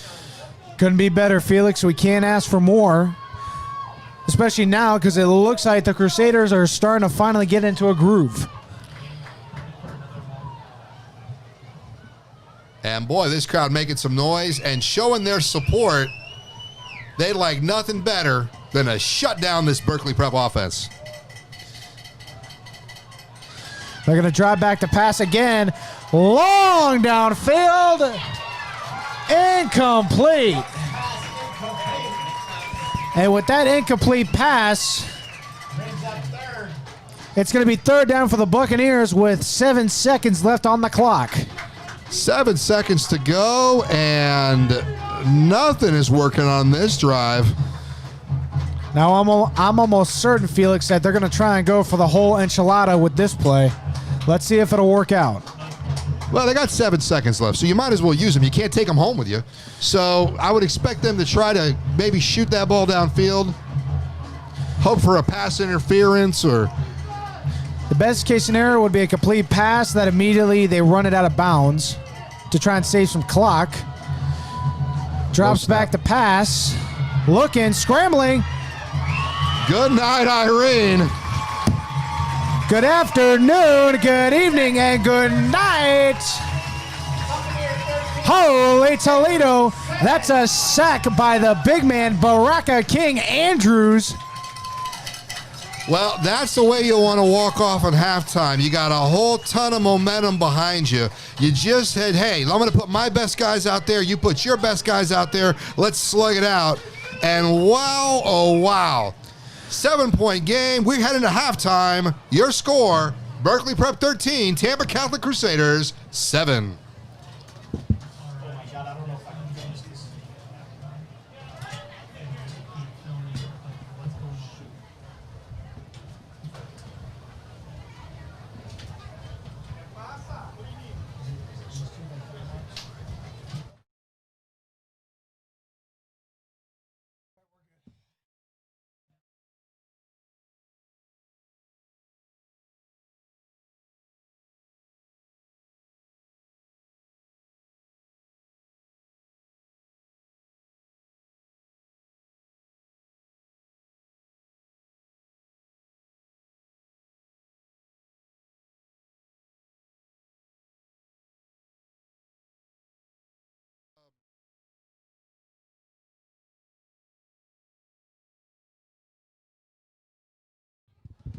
Well, we've reached halftime, and here we're going to turn the show over to our master of ceremonies, our award-winning stadium announcer, David Betancourt.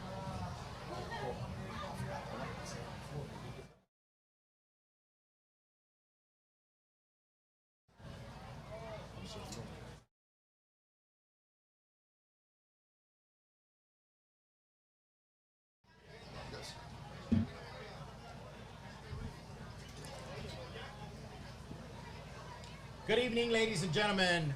Welcome as we get ready to start our homecoming festivities.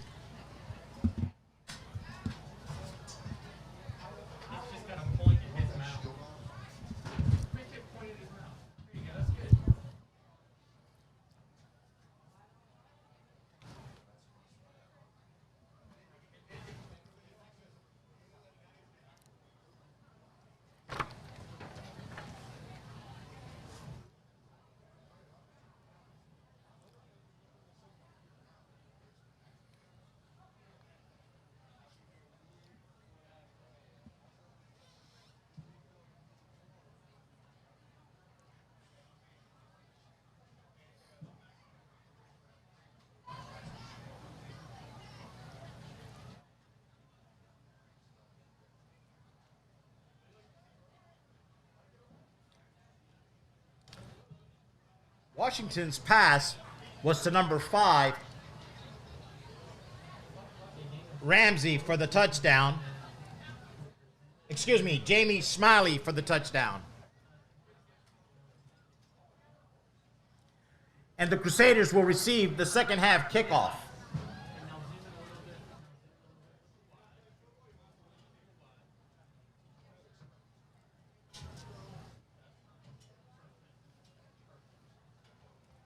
We'd like to also remind you tonight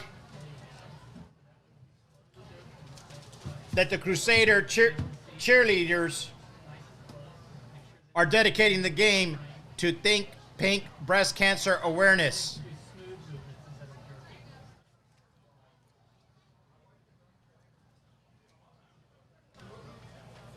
And to Miss Serena Vasquez, who has survived and continues to fight.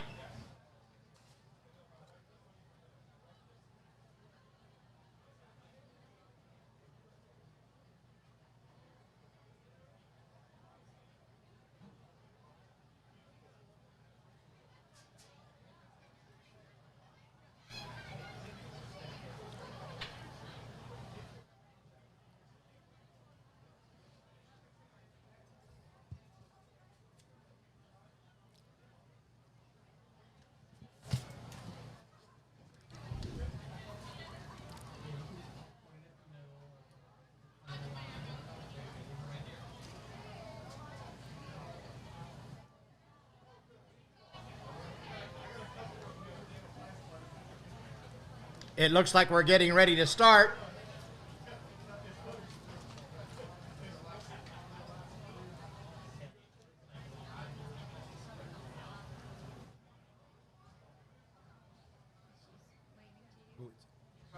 I'm looking for way over there.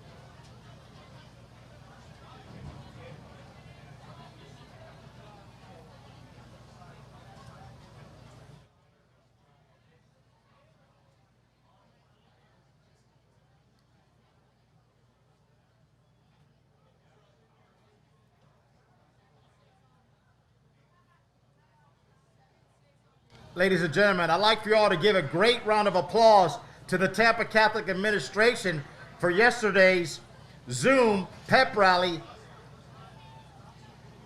held in our gym and zoomed back to all of our students in the classroom. All the students and the faculty were very supportive.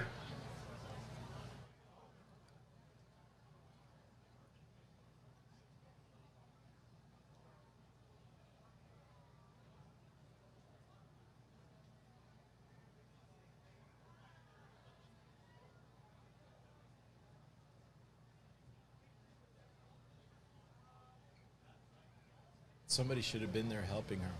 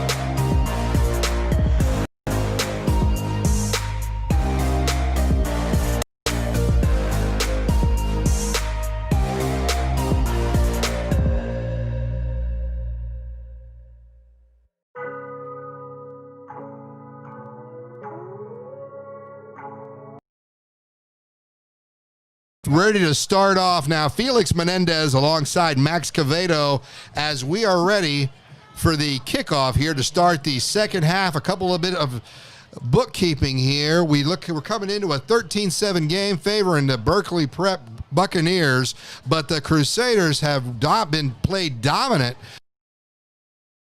keeping the score within 7 points. Max Cavedo, what are going to be your keys to success here in the second half to get the Crusaders back in here at homecoming? They have to come out flat because right now they cannot risk coming out flat because they might not be able to have enough time left in the game to catch up if Berkeley keeps playing the way they're playing. Nice little return run here, takes it out past the 20. Whistle dead about what, the 27-yard line? 37-yard line. Much so. And then another key is they have to play, not only do they have to play smart ball, but they got to play clean ball. They cannot risk any mistakes, no flags, no jumping off. Because so far, when they have made mistakes, the Buccaneers haven't been able to take advantage of that and put them in a very bad position. Well, you think about that game 2 weeks ago with all the personal fouls and the face masks and whatnot. This is a very disciplined team that's playing very well tonight. And Washington's going to hand it off to Akichi, and he's going to be brought down immediately. I like the play calling there. Let's just get the momentum started. Let's keep the ball moving forward. Up about 1, 2nd and 9. So maybe not the biggest gain they'll see tonight, but I like the idea of coming out first. Let's keep pushing. Let's keep running forward. I'm almost certain that they're looking for that one big run play that gets them off the ground in this drive.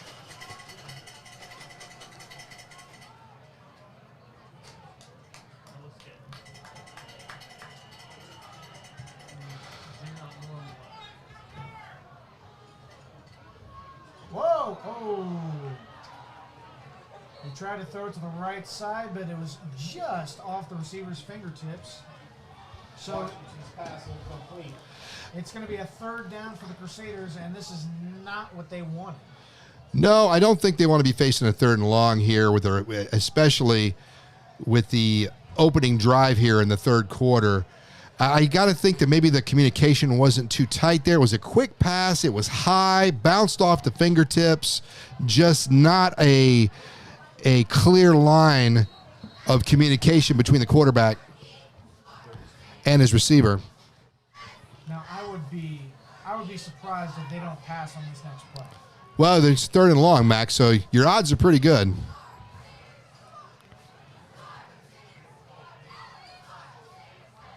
Sometimes coming out of the tunnel with a whole lot of energy like that. Washington back to pass, scrambles a little bit. He's running. He's running. There he goes. There he goes. Holy Toledo! What a play by Xavier Washington. Washington, boy, what a play, Max. You know, he looked downfield. He didn't see anything he liked. He said, well, you know what? I'm just going to do it myself. And he bootlegs the ball to the tune of a fresh set of downs. Big play, Tampa Catholic Crusaders. You know what? I'm going to bring it out for the first time this game, Felix, and you've heard me say it before. He was dancing through traffic like James Brown at a live concert. First down now. We're going to run the ball again and pick up a couple of yards. Hill for about 4. Well, they've had a couple of lucky breaks in this game so far where things have really gone their way.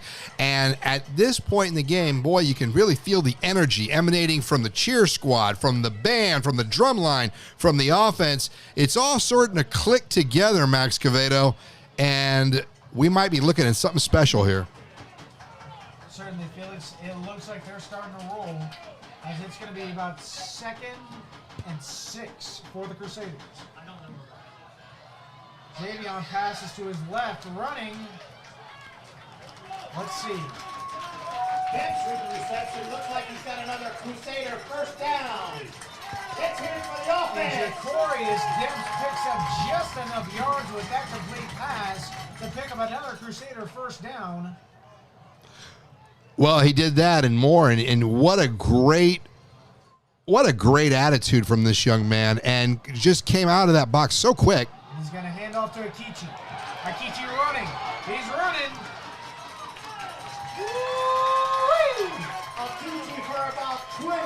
First down, Crusaders. Holy Toledo. Rafa Akichi with a run.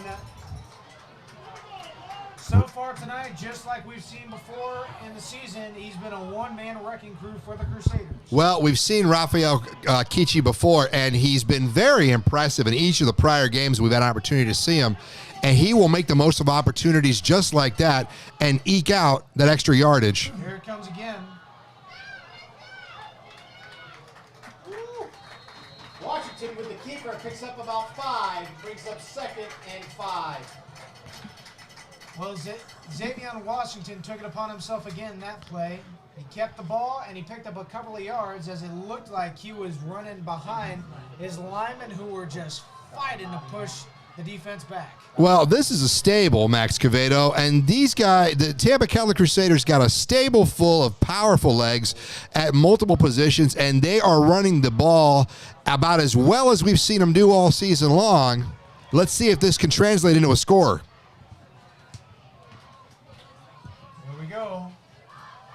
Again, and he's through the middle. Oh my goodness! The carry. Inside the 10. And they are inside the 10-yard line, and they are threatening to score here in the opening drive of the third quarter. Well, there's just another one of those horses in the stable for the Crusaders. That was number 21, KJ Covington, and he just bulldozed his way through the middle. And now the Crusaders have another first down, and they're going to run it again. Hill on the carry. That was Tone Hill on that play. Tone Hill, a very economical runner, a very powerful runner. Looking for an opportunity to burst through there. The defense really closed those holes quickly. Otherwise, it'd be another score.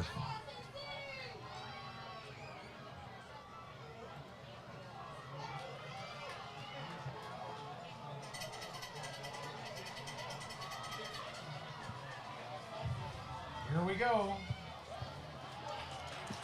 Washington with the keeper. Touchdown, Crusaders.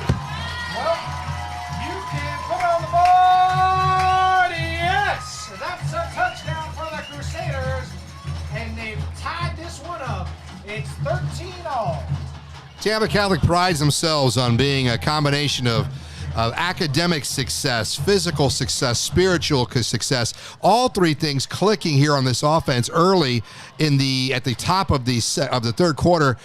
They came in with a game plan. They were going to run the ball down their throat and see who's going to come away victorious. And with the kick, And Navarro puts it in as usual, and the Crusaders take the lead. It's Tampa Catholic 14, Berkeley 13. We've got a dandy on our hands here, Felix. 1 point, 10 points, 25 points. A win is a win. And right now they control the scoreboard up by a point. Let's see how Berkeley Prep responds. But you really can't argue with that success. They come in, they played their kind of offense on that drive, Max, and it paid off big time for them.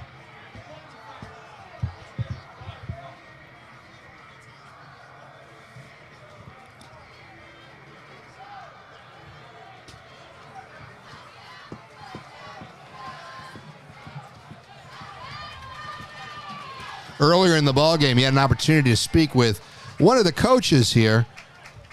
Max, what were some of the takeaways from your pregame interview? Well, definitely Coach Will McLean. A few of his points included that he did agree that they needed to get off to a hot start and that they just need to stick to their game plan, what they've been doing all season, and that's just been good running, good defense. And yes, they did start a little bit slow, but you know what? The Crusaders have come around as that's a line drive kick picked up. He's fighting through traffic, but he's brought down at about the 25-yard line. Corey Lucius brings down Garcia. First and 10 for the Buccaneers at about the 25-yard line. Well, for Berkeley Prep now, it's been about 10, 11, 15 minutes or so since they've seen a momentum change here. And it'll be interesting to see how this team reacts to the scoring drive as they are set to handle the ball for the first time here in the second half.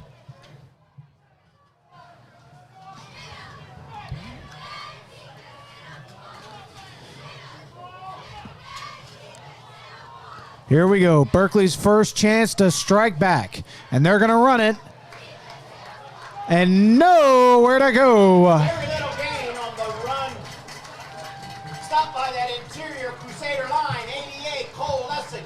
Number 50, Barack King Andrews. 34, Control Covington.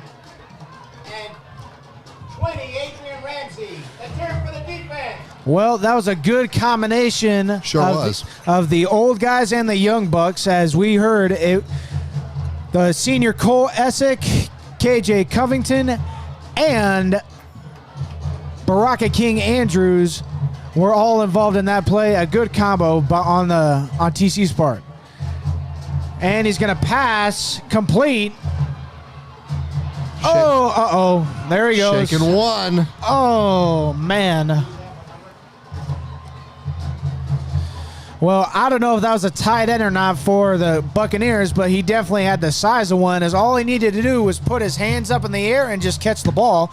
And then he just loped his way down the sideline for a first down for the Buccaneers. Well, he sure did, and that's what we were talking about earlier in the game. Berkeley Prep's going to look for the opportunity to do a big play. Varsity cheerleaders. And they will punish any defense that fails to cover their bases. Alexandria Lopez. Dalia Vega. Chanel Simmons. Natalie Chambers. Ariel Malata. Jordan May. Alyssa Stamper. Kaylin Bosilio. Sydney Figa. Juliana Shinsky. Kira Hall, Avery Blevins, Shelby Malou, Tess Sawchuk, Ella Fiore, Sophia Pizarro, Avery Melendi, and Jordan Bridges. Well, the Buccaneers are set to go again. They've got a first down, and they're right before midfield.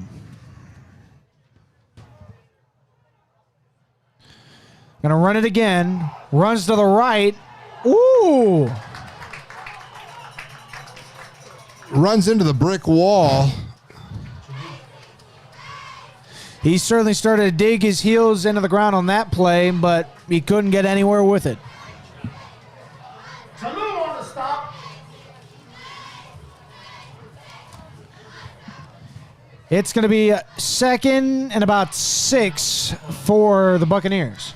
Well, it looks like the Berkeley Prep running back was just looking to try to find a way to cut through the mess there and just didn't see the hole he wanted, wasn't able to break through, tried to make something happen, but the defense was on him.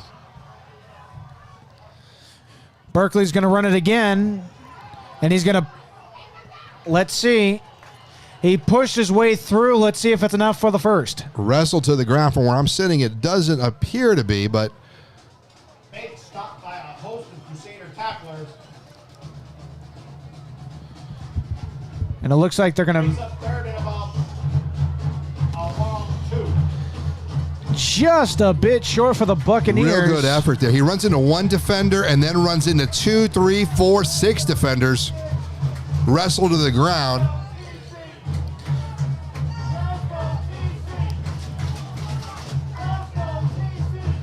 And the Crusader faithful are starting to get rowdy. Balling about the 44-yard line. They're starting to get loud here at Crusader Field.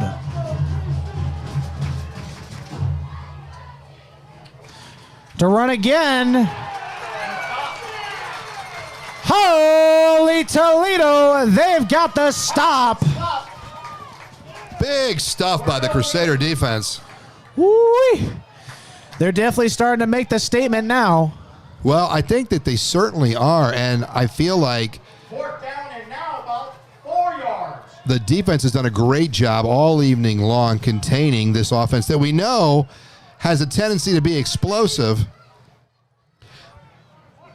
A couple of plays break here and there, but for the most part, TC has done a great job containing the Buccaneer offense. Here we go.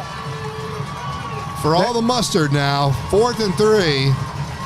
And here it comes. Loud. He's going to pass. Downfield. Oh. Well, let's try to maintain our journalistic integrity, Max Cavedo. Well, as you can tell by my expression, folks, they obviously caught the ball.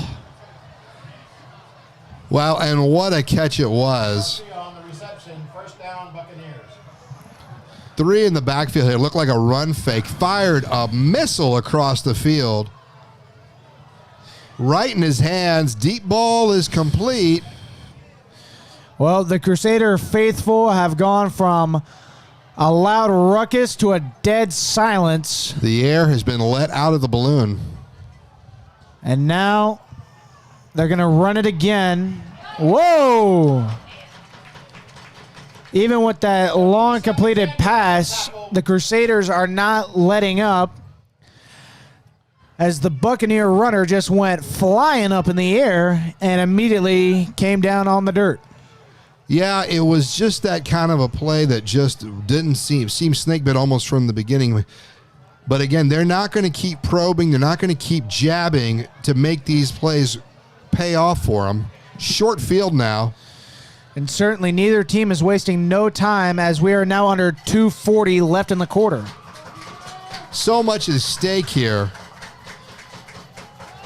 He drops back to pass. He's got a lot of time. And it's caught.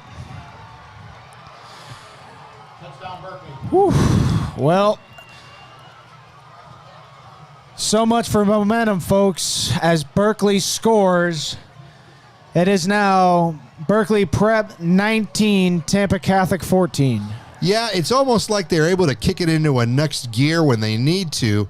Some of the smaller stuff, they're not going to sweat that, and they're going to look for opportunities to create big momentum changes. And here they're going to go for 2. And Berkeley's going to try and make up for some lost points, as they're going to go for the 2-point conversion. So to make this a 7-point game. Drops back to pass. Fight his way through. And it's going to fall incomplete. Crusaders 14, Berkeley Prep 19. I don't know. You take a shot and see what happens, but I don't know. We'll see if that comes back to bite them here later in the game.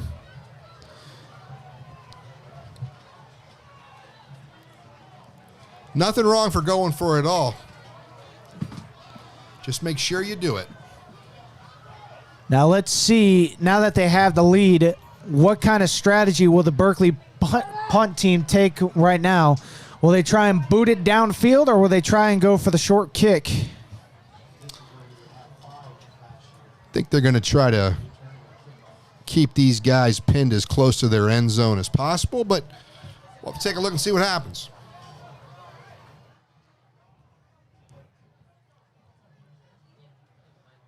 Johnson kicking off to Carter, number 4, and Ramsey, number 20.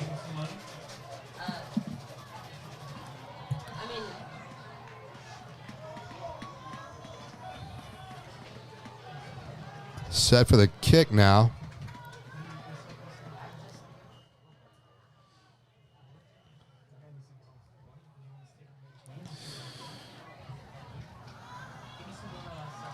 From what I see up here, Felix, the entire Crusader defense is sat down and in a huddle.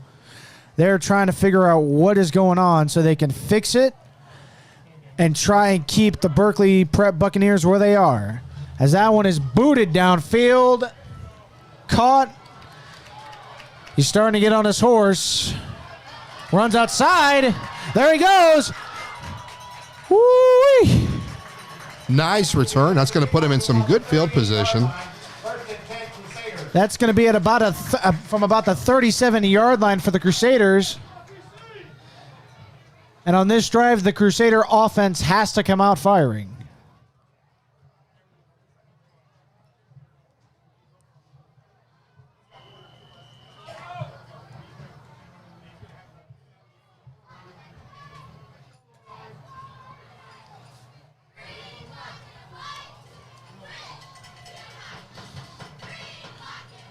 And they're set to go. They're going to hand the ball off. Hill picks up a couple. And they're going to hand the ball off to number 1, Tone Hill, on that play, but he's not going to get much yardage. No, but again, I do like to see the commitment to the running game, that they are going to continue to use the tools that brought into the dance. Plenty of time left. There's only a 5-point game, so no reason to change things up right now. Don't get predictable, but at the same time, stick with what's working. Oh my goodness. Oh, come on, Williams. I mean, Washington, sorry, folks. Well, boy. Well, got a little excited there. Well, you did. And I think the folks at home appreciate the passion. But basically what we saw here was a situation where they were just trying to do a nice little point and click here. Definitely. Got stuck. Ball pops out. It looks like Tone Hill, he got the ball and tried to flick it to Xavier Washington to try to get out of the bang-bang play. But as soon as Washington got the ball, he couldn't go anywhere. Heads up football. And he drops back the pass, rolling out. Under pressure. Let's see. And it's going to be incomplete. Washington's pass to Covington, incomplete, brings up 4th and 10. And after everything that has seemingly gone wrong on this drive, it's going to bring up a 4th down for the Crusaders, and the punt team is out. Little Tampa Catholic trivia here for you. If you're following our feed on Facebook, go ahead and throw it in the comments. What year did the Tampa Catholic Crusaders change their colors to green and white? Max Cavedo, do not answer this question. Let the folks at home play along. What year, what school, what season did they change to the green and white, the Kelly green? As that kick is away, a high kick, but it's got a lot of distance on it. And it's going to stop to roll just in front of the 20, right at about the 22-yard line. Nice kick, nice bounce. Let's see what they can do with this field position. Just a 5-point game now. 4 minutes, 47 seconds left in the quarter. Check that, folks. It stopped to roll at about the 31-yard line.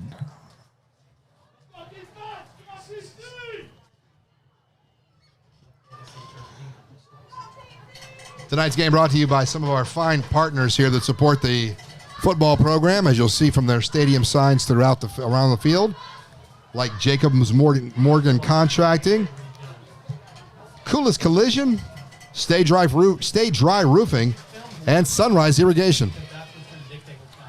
Berkeley's going to run the ball again, but he's going to get nowhere. Oh! Defensive line of the Crusaders. Let's hear it for the defense. Well, they got somewhere, but man, it was a heck of a trip.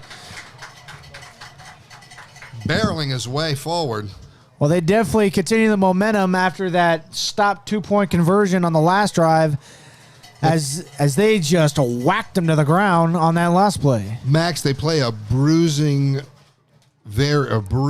punishing type of defense designed to wear down the opposing team's offense, and we may be seeing some signs here of them slowing down just a bit. And they're going to run the clock out. That's going to be the end of the third quarter.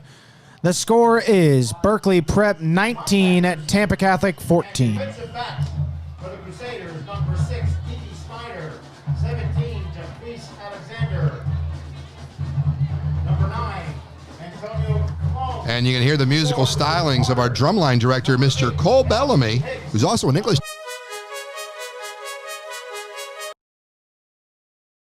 as they've been rattling out the percussion all night long. 5 points is all that separates the Tampa Prep Buccaneers and the Tampa Catholic Crusaders, Max Cavedo. 5 points. 5 points, Felix. And even though the Crusaders are trailing, the defense has gradually been getting better throughout the game, as they have led up some, but then they've been able to answer right back. So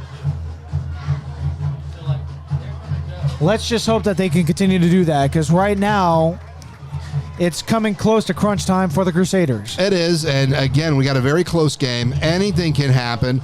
They really, if they can get a touchdown here at the beginning of the fourth quarter, get themselves a lead, I feel confident that their defense will be able to contain this offense of Berkeley Prep and carry themselves to victory. Having said that, it's a very small margin of error. They're going to want to score early. They're going to want to get their lead back. And then, of course, there's a tendency to let up. Once you climb that mountain, sometimes the momentum comes out of the team, and you got a tendency to sit on that lead. At this point, though, anything can happen. We got a very close game. Less than a touchdown separates two teams. Here at homecoming night, senior night, at Crusader Field at Tampa Catholic High School.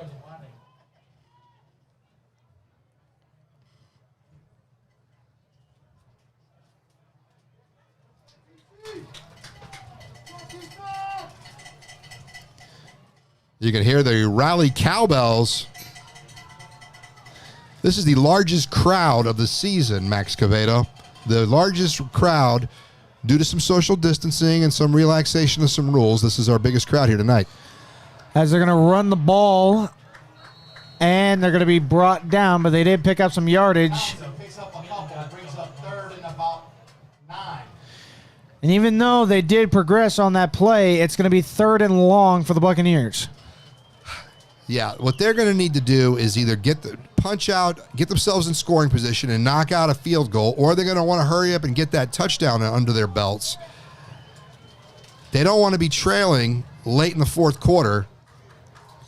And also, Tampa Catholic's got a methodical style of offense. You don't see a lot of very ball control, very measured. Don't want to run out of time here. But there's no need to panic at this point. Stay with your game plan. Drops back to pass. Caught. Well, folks, can't really knock that one. It was a good completed pass. Sure. Nice little point and catch. And he was able to run just far enough upfield to get the first down. You want to move those chains. You want to keep the momentum rolling with you. You want to keep Berkeley Prep's defense on their toes. And I actually like the play calling there. I think that sometimes there's a tendency to get maybe a little too predictable. And I think you want to make sure that Buccaneer secondary is watching for those opportunities. Blocking the back on the Buccaneers negates the first down. Well, as we've just heard from our stadium announcer, David Bedencourt, it looks like the Crusaders are going to get a gift from above, as it looks like that last first down is going to be canceled as there was a block in the back on the Buccaneers.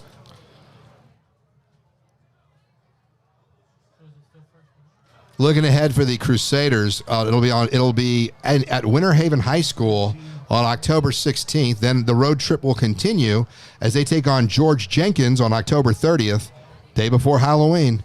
And they'll close out their season November 6th at home against the Jesuit Tigers.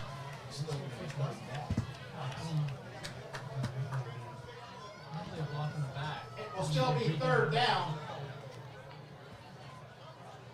And about 9. So with the penalty, that's going to it'll be a replay of 3rd down, 3rd and 9. It's deja vu all over again, Felix. They're starting right back where they were.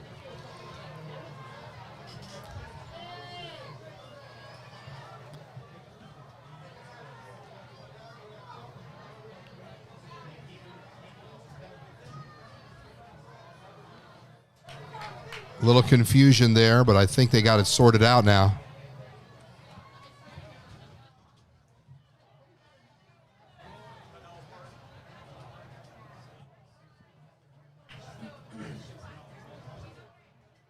Even though we do know it is third down, there seems to be a little confusion among the refereeing crew down there.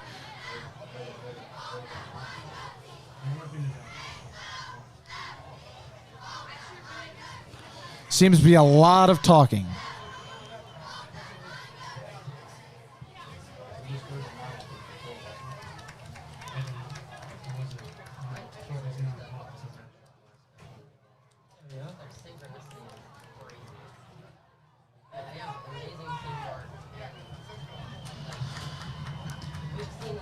Well, it looks like the guys in charge have finally made a decision, and it will be a repeat of third and long for the Buccaneers. 11 yards to go.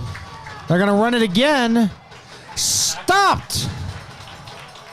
And that's what they needed. Holy Toledo, a stop by the Crusaders.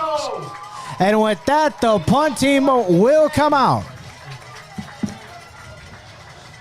Well, they got their second chance, and they took it all the way as they will force them to punt. Well, they're going to, more importantly, they're going to get their offense back on the field, and they are going to try to keep the chess game going.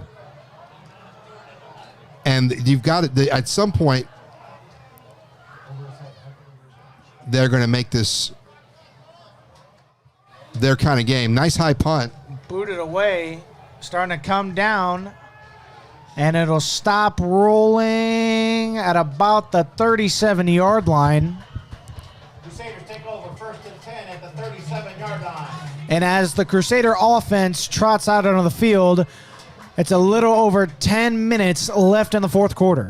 Well, this could be the opportunity they've been waiting for. They're going to come in with some pretty nice field position at their own 37-yard line. They're going to be fresh. They're going to be energized. The combination of good field position and the mental toughness that we talked about earlier, I think are going to come into play here. This certainly is the most crucial drive of the game, Felix, as their goal is obviously they have to score, but ideally they want to score as quick as they can because they want to have enough time in case something may happen. As Covington runs it up the middle, they haven't been able to bring him down yet, but oh my goodness, holy Toledo, what a run by number 21, KJ Covington. As you know what, folks? Buccaneer defenders, they wrapped around him, but you know what? He took him along for a ride as he picks up a first down for the Crusaders. Punishing, rumbling run that just pushes through 1, 2, 3, 4 defenders before finally being brought down. That's the kind of extra effort you want to see. They're going to hand it off again, and they're going to go backwards. It's going to be second and long for the Crusaders coming up. Well, they've been in situations like this before where you'll see a positive gain and you'll really feel like things are trucking along the right way, and then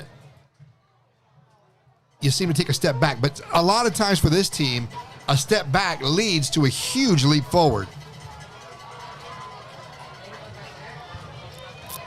Second and long for the Crusaders. Washington drops back the pass, rolling out left, fires downfield.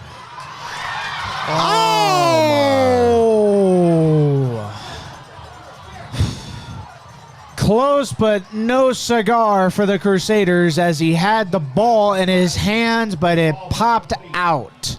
Well, from our angle, it looked like Smiley got a hand on it and just was not able to bring it down. Washington, under some heavy pressure, fires it, and it just couldn't connect. Boy, that would have been a game changer here. A beautiful pass downfield. Perfect pass. And with the flag now, it looks like they're calling it unsportsmanlike conduct.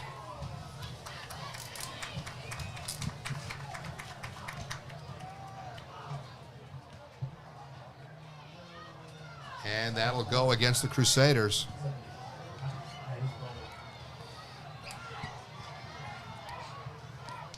Well, I definitely know that some of the coaches are not happy on the sideline because that flag was the last thing that they needed.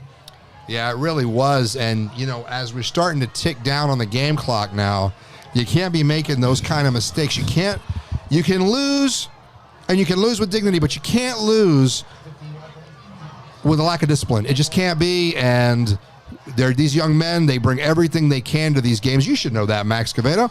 But when you're on that field under these lights, but you got to rein it in. And for the most part, they've been a lot better tonight than we've seen them in the past. Of course, this is a team that hasn't lost all season, so they're doing something right. They haven't, and definitely they came out somewhat slow at the beginning, but they have come on lately. So that's going to be a complete pass. Oh, big hit by number 14. Williams on the completion.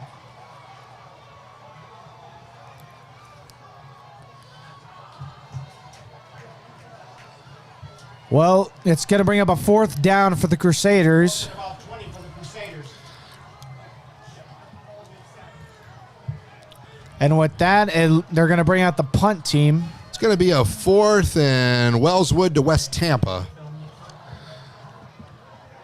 I like that reference, Felix. That was a pretty good one. You like that? It's a little local seasoning.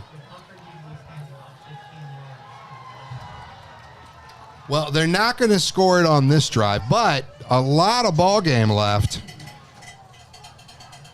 If I'm sitting on the sideline right now and I'm the TC defense, I'm thinking, look, we got to shut this thing down quick.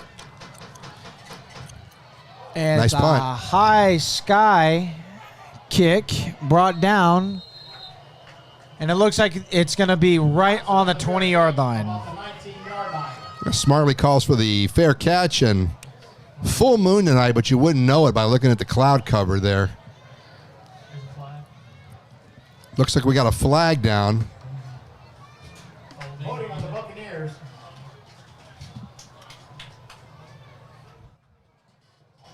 So with a holding call, that's going to push him back.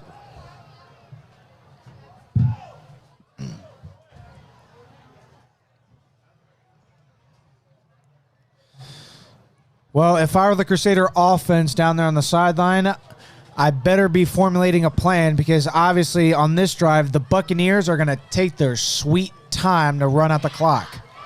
The Crusaders are very much like the Knights of old in that they like to run a precision, hard-mouth, punch-through-the-gut offense. When it works, it's fantastic, but it's not the fastest offense you're going to see in high school football. And so they're going to need to maintain good clock control and make sure that if the best thing that can happen right now is for this defense to knock these guys out 3 and out and get their offense some more time on the field. Berkeley to run. He's going to run to his right. He's going to pick up a few yards, but he's going to be brought down. About 7 minutes, 45 seconds left in the game now. It's going to be about 2nd and 7 for the Berkeley Prep Buccaneers.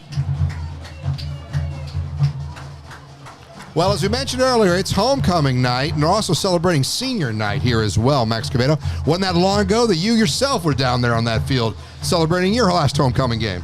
Oh, Felix, and it was a dandy. That was probably the best game of my career, too, as I got a fumble recovery in that game. Oh, boy. Yeah. They're still talking about that. A couple of the players you played with mentioned that earlier in the broadcast. That was my highlight. And as Berkeley, they're going to run it right through, almost like a knife going through butter. Yeah, well, if I'm Berkeley Prep, too, I don't want to sit on my haunches just yet. I mean, there's still a lot of football left to play, and they're not sitting on a huge lead. So I'm not sure running out clock at this stage and going for the short yardage situation is the most effective strategy. But what do I know? I'm talking about football. I'm not coaching it. And the clock is running again. We're now under 7 minutes here in the fourth quarter.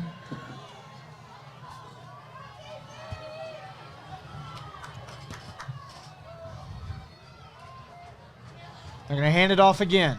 He's going to fight through traffic, and he's going to get swung to the ground. Well, he sure was there. He tried to hit the hole, and pick up just a few more. And that's one thing the Buccaneers have been able to do well this game, Felix. What's that? When they run the ball, they've been brought down, but they've been able to pick up a couple of yards at a time and just chipping away, and just playing just smart ball. And then eventually all those yards add up and they turn into first downs. Well, you got to say this is a stingy defense. I mean, they've given up just 14 points all season. And these guys play as a unit. They work well together. Another stuff. And one of the things, Max, you see here is a lot of green jerseys working in unison to bring down the ball carrier. Certainly, Felix, that was just a pile of green shirts. There was just nowhere to go. Nowhere to go, but again, the clock continues to run. 5 minutes, 35 seconds left in the ball game. Seems like neither team worrying about using any of their timeouts right now. Yeah, still early. Certainly a lot of time left for the Crusaders on offense. But they do need to stop. Is that a flag throw? Or maybe some debris on the field?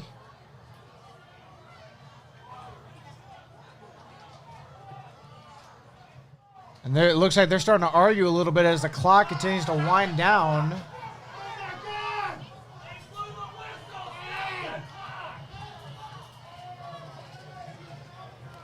Not sure what's going on here. And now we're going to get a break in the action.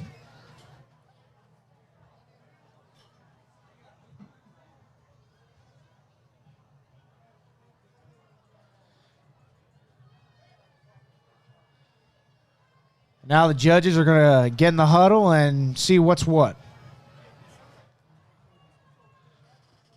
This is the time that good teams go to championship teams.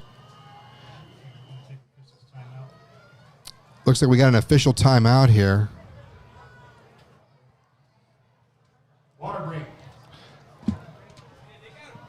As I was saying, Max, this is the time where good teams become great teams become championship teams, because they pull together, they become opportunistic, and they find ways to do the things that other guys aren't willing to do.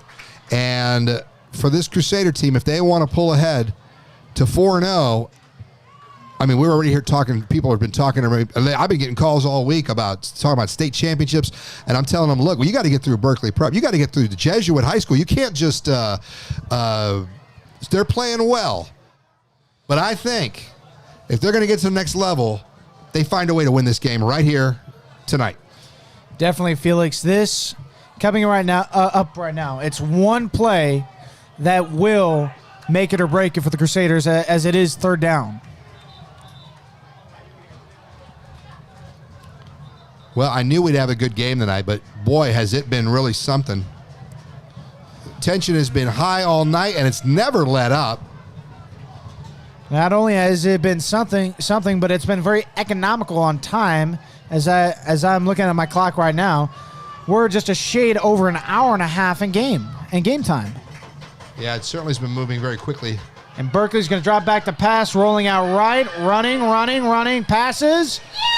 Holy Toledo! It's picked off! Woo-wee! What did we say, Felix? One play will make it or break it for the Crusaders. And guess what? They have come up in the clutch. Inch by inch.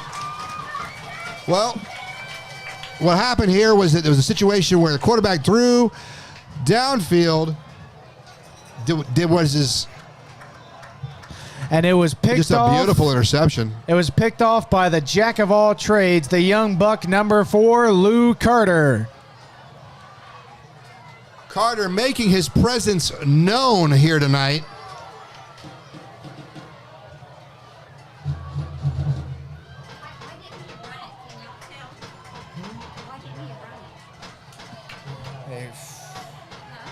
I couldn't. They're going to run the ball again. Going to get a couple yards.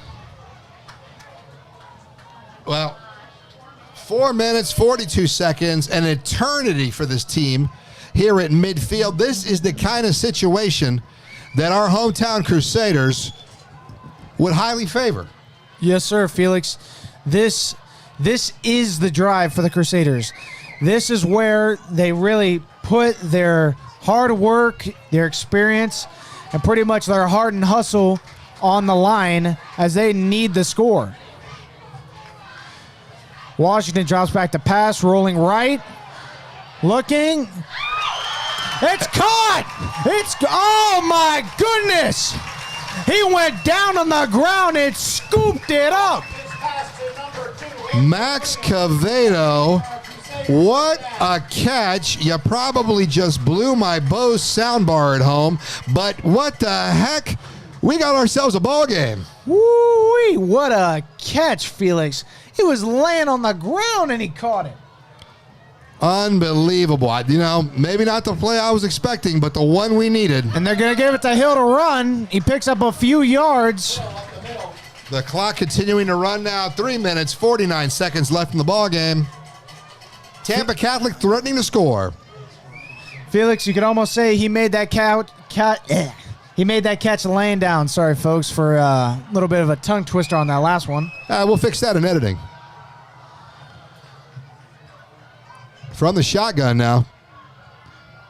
They're going to run it with Hill. Hill stumbling. He found it. He's got the room. Holy Toledo. They started to get him by the legs, but he fought his way through.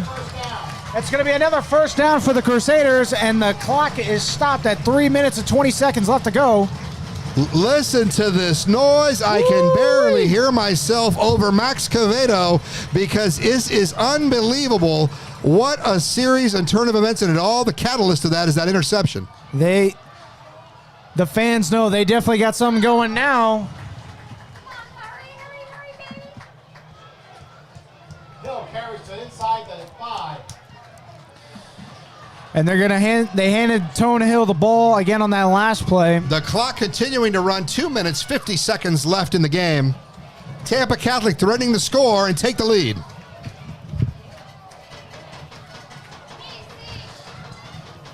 They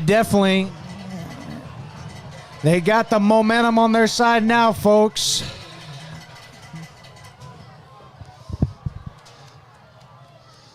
To run again. Covington on the carry. Just short of the touchdown. And you can see a very animated Coach Jairus McIntyre on the sidelines, encouraging his young men to push forward.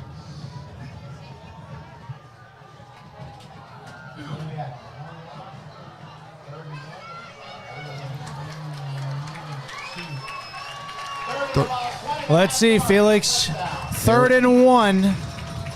They're going to run it again. Just short. Any closer, they would have split the atom.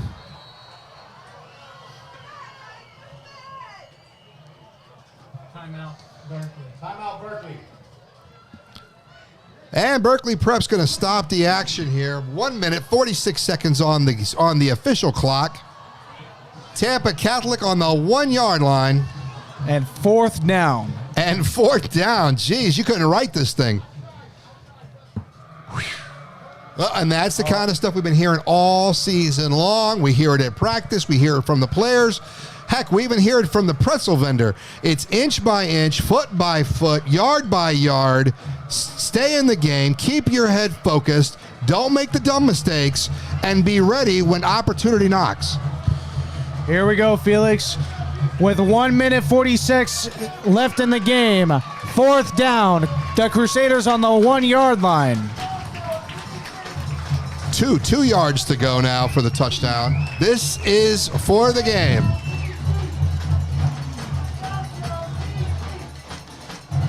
And the Crusader faithful letting them know what they want. And here's your ball game. And wait a minute. Oh. Come on. I think he got it. They're counting down, maybe? They're damn close.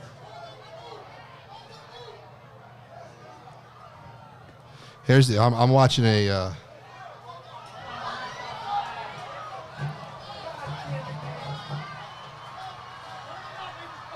Looks like it's going to be short. Oh my goodness.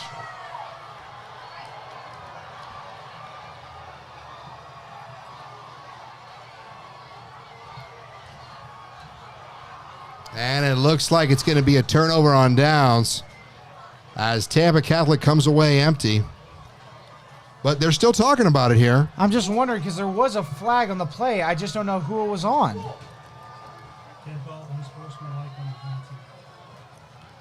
It looks like it was another unsportsmanlike call.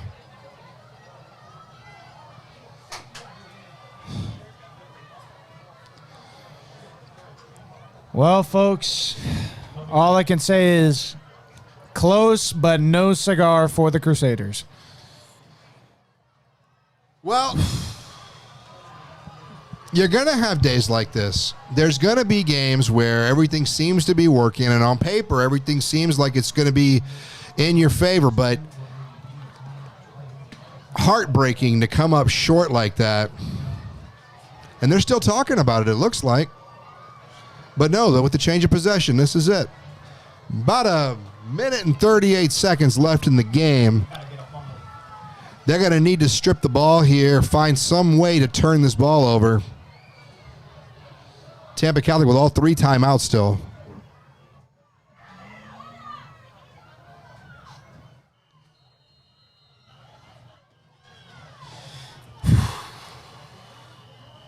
Timeout, Crusaders.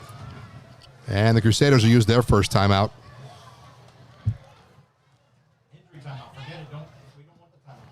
No, they won't be charged a timeout. Looks like we might have an injury timeout here. Tonight's broadcast of Friday Night Football is brought to you by Tampa Catholic High School. And today's game is the official property of Tampa Catholic High School. Any unauthorized transmittal, replay, or distribution without the express consent of Berkeley Prep, Tampa Catholic, and the Archdiocese of St. Petersburg is strictly prohibited. Let's hope here for the young man that's injured. I'm hoping that I can get a call up here in the booth and see who that is. All right, he's getting up.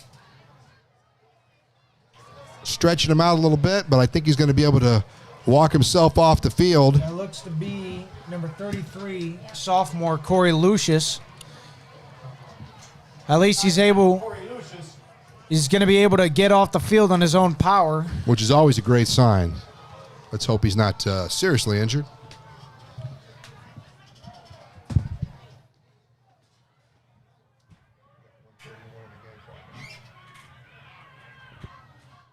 So about a minute and a half left in this ball game here in the fourth quarter. The Crusaders trailing by 5 points. Hoping for a miracle.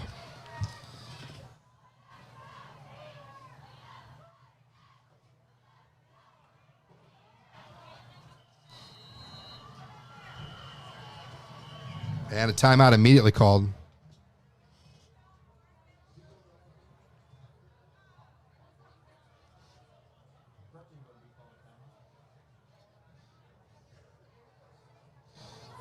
One minute 25 here in the closing moments of this ball game. It's going to be a third down for the Buccaneers. TC still sitting on 2 timeouts now. 3rd and 8. I guess it all is going to come down to this. There may be a possibility, Felix, if the There's always a possibility, Max Cavedo. Stranger things have happened in this game. Stranger things, that is true, Felix. If the Crusaders, if they are able to get the stop right here, they'll bring up 4th down. I would highly imagine that head coach Jairus McIntyre will use a timeout to stop the clock. Which, of course, would set up the punt because they're not going to want to leave them in this. They're not. I doubt very seriously they'd go for it on 4th and 8. But again, they got to stop them right here. This is the most crucial defensive stand of the ball game.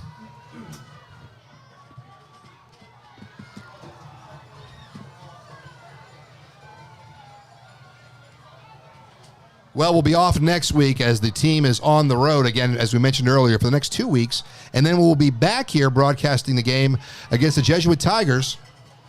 We hope that you'll tune in. And that is the one to watch, folks. They're going to run it again to the right side. And it looks like he's going to get a first down. Well,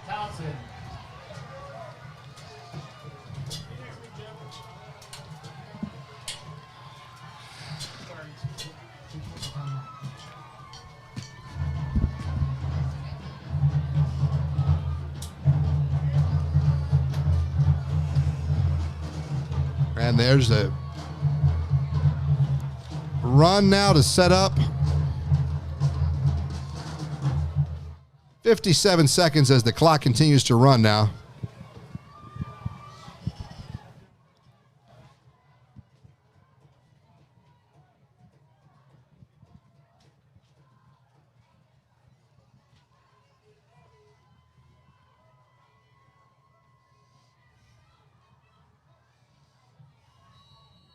Hard charging run picks up about what, 3, 4, Max? 3 or 4, but at this point, Felix, it really doesn't matter for either side because as the clock is winding down, so are the Crusaders' hopes for winning this game. Well, it won't be an undefeated season, but it still could be something pretty magical. About 15 seconds on the clock as this one's in the books. Warm up the bus. Tampa Catholic Crusaders suffer their first loss of the season.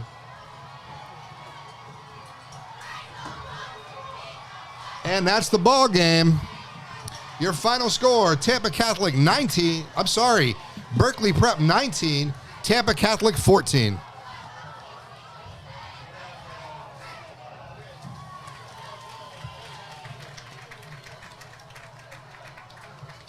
The final, Berkeley 19, Tampa Catholic 14. Well, I'm glad. On behalf of the administration, faculty, and staff of Tampa Catholic High School, they don't want to shake hands? Well, they're not going to shake hands, as our award-winning stadium announcer mentioned, due to the COVID restrictions in place. But, well, a hard-fought loss for the hometown heroes, Max Cave. There were a couple of moments here where we thought, yes, Virginia, there is a Santa Claus. They had opportunities to pull this one out. And let's credit where it's due. Tampa Catholic tonight gave up just 19 points. Again, more than they'd given up in the previous 3 games. They were able to put 2 touchdowns on the board, but they were not able to seal the deal. They got behind early, and they were never able to recapture the lead throughout the game. Max, what are your thoughts about what we've seen here tonight? Well, Felix, it definitely came down to one of the key points that we were talking about before the game, and that was in order for them to come out on top, most likely in this game, they needed to come out firing. Obviously, they on both sides of the ball, they really didn't open the game on firing on all cylinders. And like you said, immediately Berkeley was able to put up 7 points on the board. And then they were able to put up, 14 points before the half or so? 13? And that seemed to be a big momentum swing. But then the Crusaders turned it around with a beautiful drive. They turned it around completely. And they started to get the momentum going towards them. They kept going and going and going. And then at a point, they took the lead. And then from there, it seemed to be a stalemate of some sorts.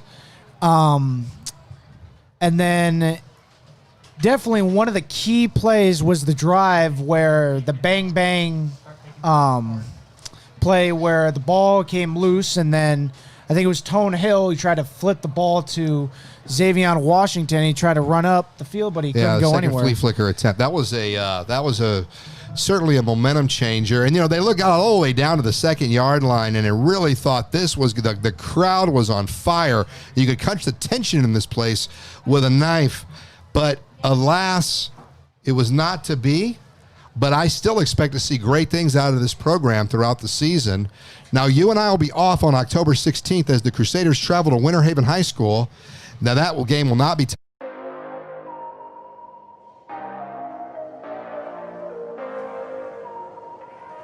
Finally, they wrap up their season right here at Crusader Field at Tampa Catholic High School against the hated Jesuit Tigers, and a chance to maybe change the history of a rivalry that has defined both programs.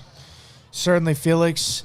If they were to beat Jesuit, that would be the first time that they would have beaten them in football in this century, as they have not beaten the Jesuit Tigers since, I believe, it was in 1999.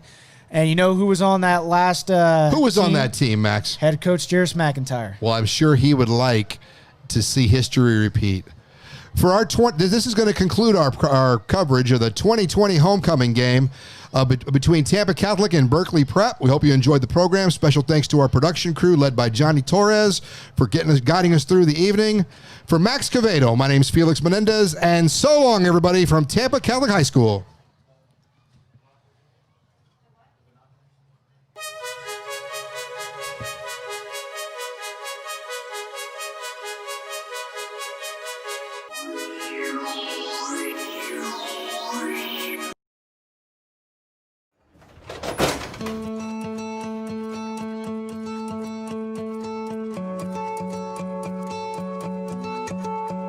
Here at Tampa Catholic, we study hard. Play hard. Work hard for our school. Work hard for our community. We challenge ourselves to learn more than we thought possible.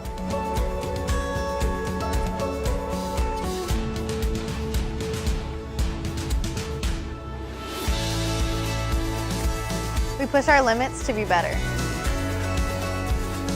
We broaden our horizons and try new things. We pray together and try to make the world a better place. With AP and dual enrollment classes and tons of electives, we carve our own path. There are 23 different sports to play. 28 clubs to lead. Countless ways to serve. How will you challenge yourself? How will you lead? How will you play? How will you serve? Here, we help each other succeed. We help each other win. We're each other's cheerleaders. Here, we're family.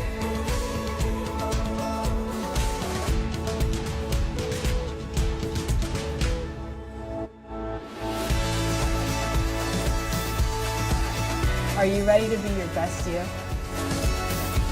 Are you ready to be a Crusader? Are you ready for TC? Welcome. Welcome. Welcome to TC. Welcome to Tampa Catholic. Welcome to Tampa Catholic. Welcome to TC. Welcome to Tampa Catholic. Welcome to Tampa Catholic.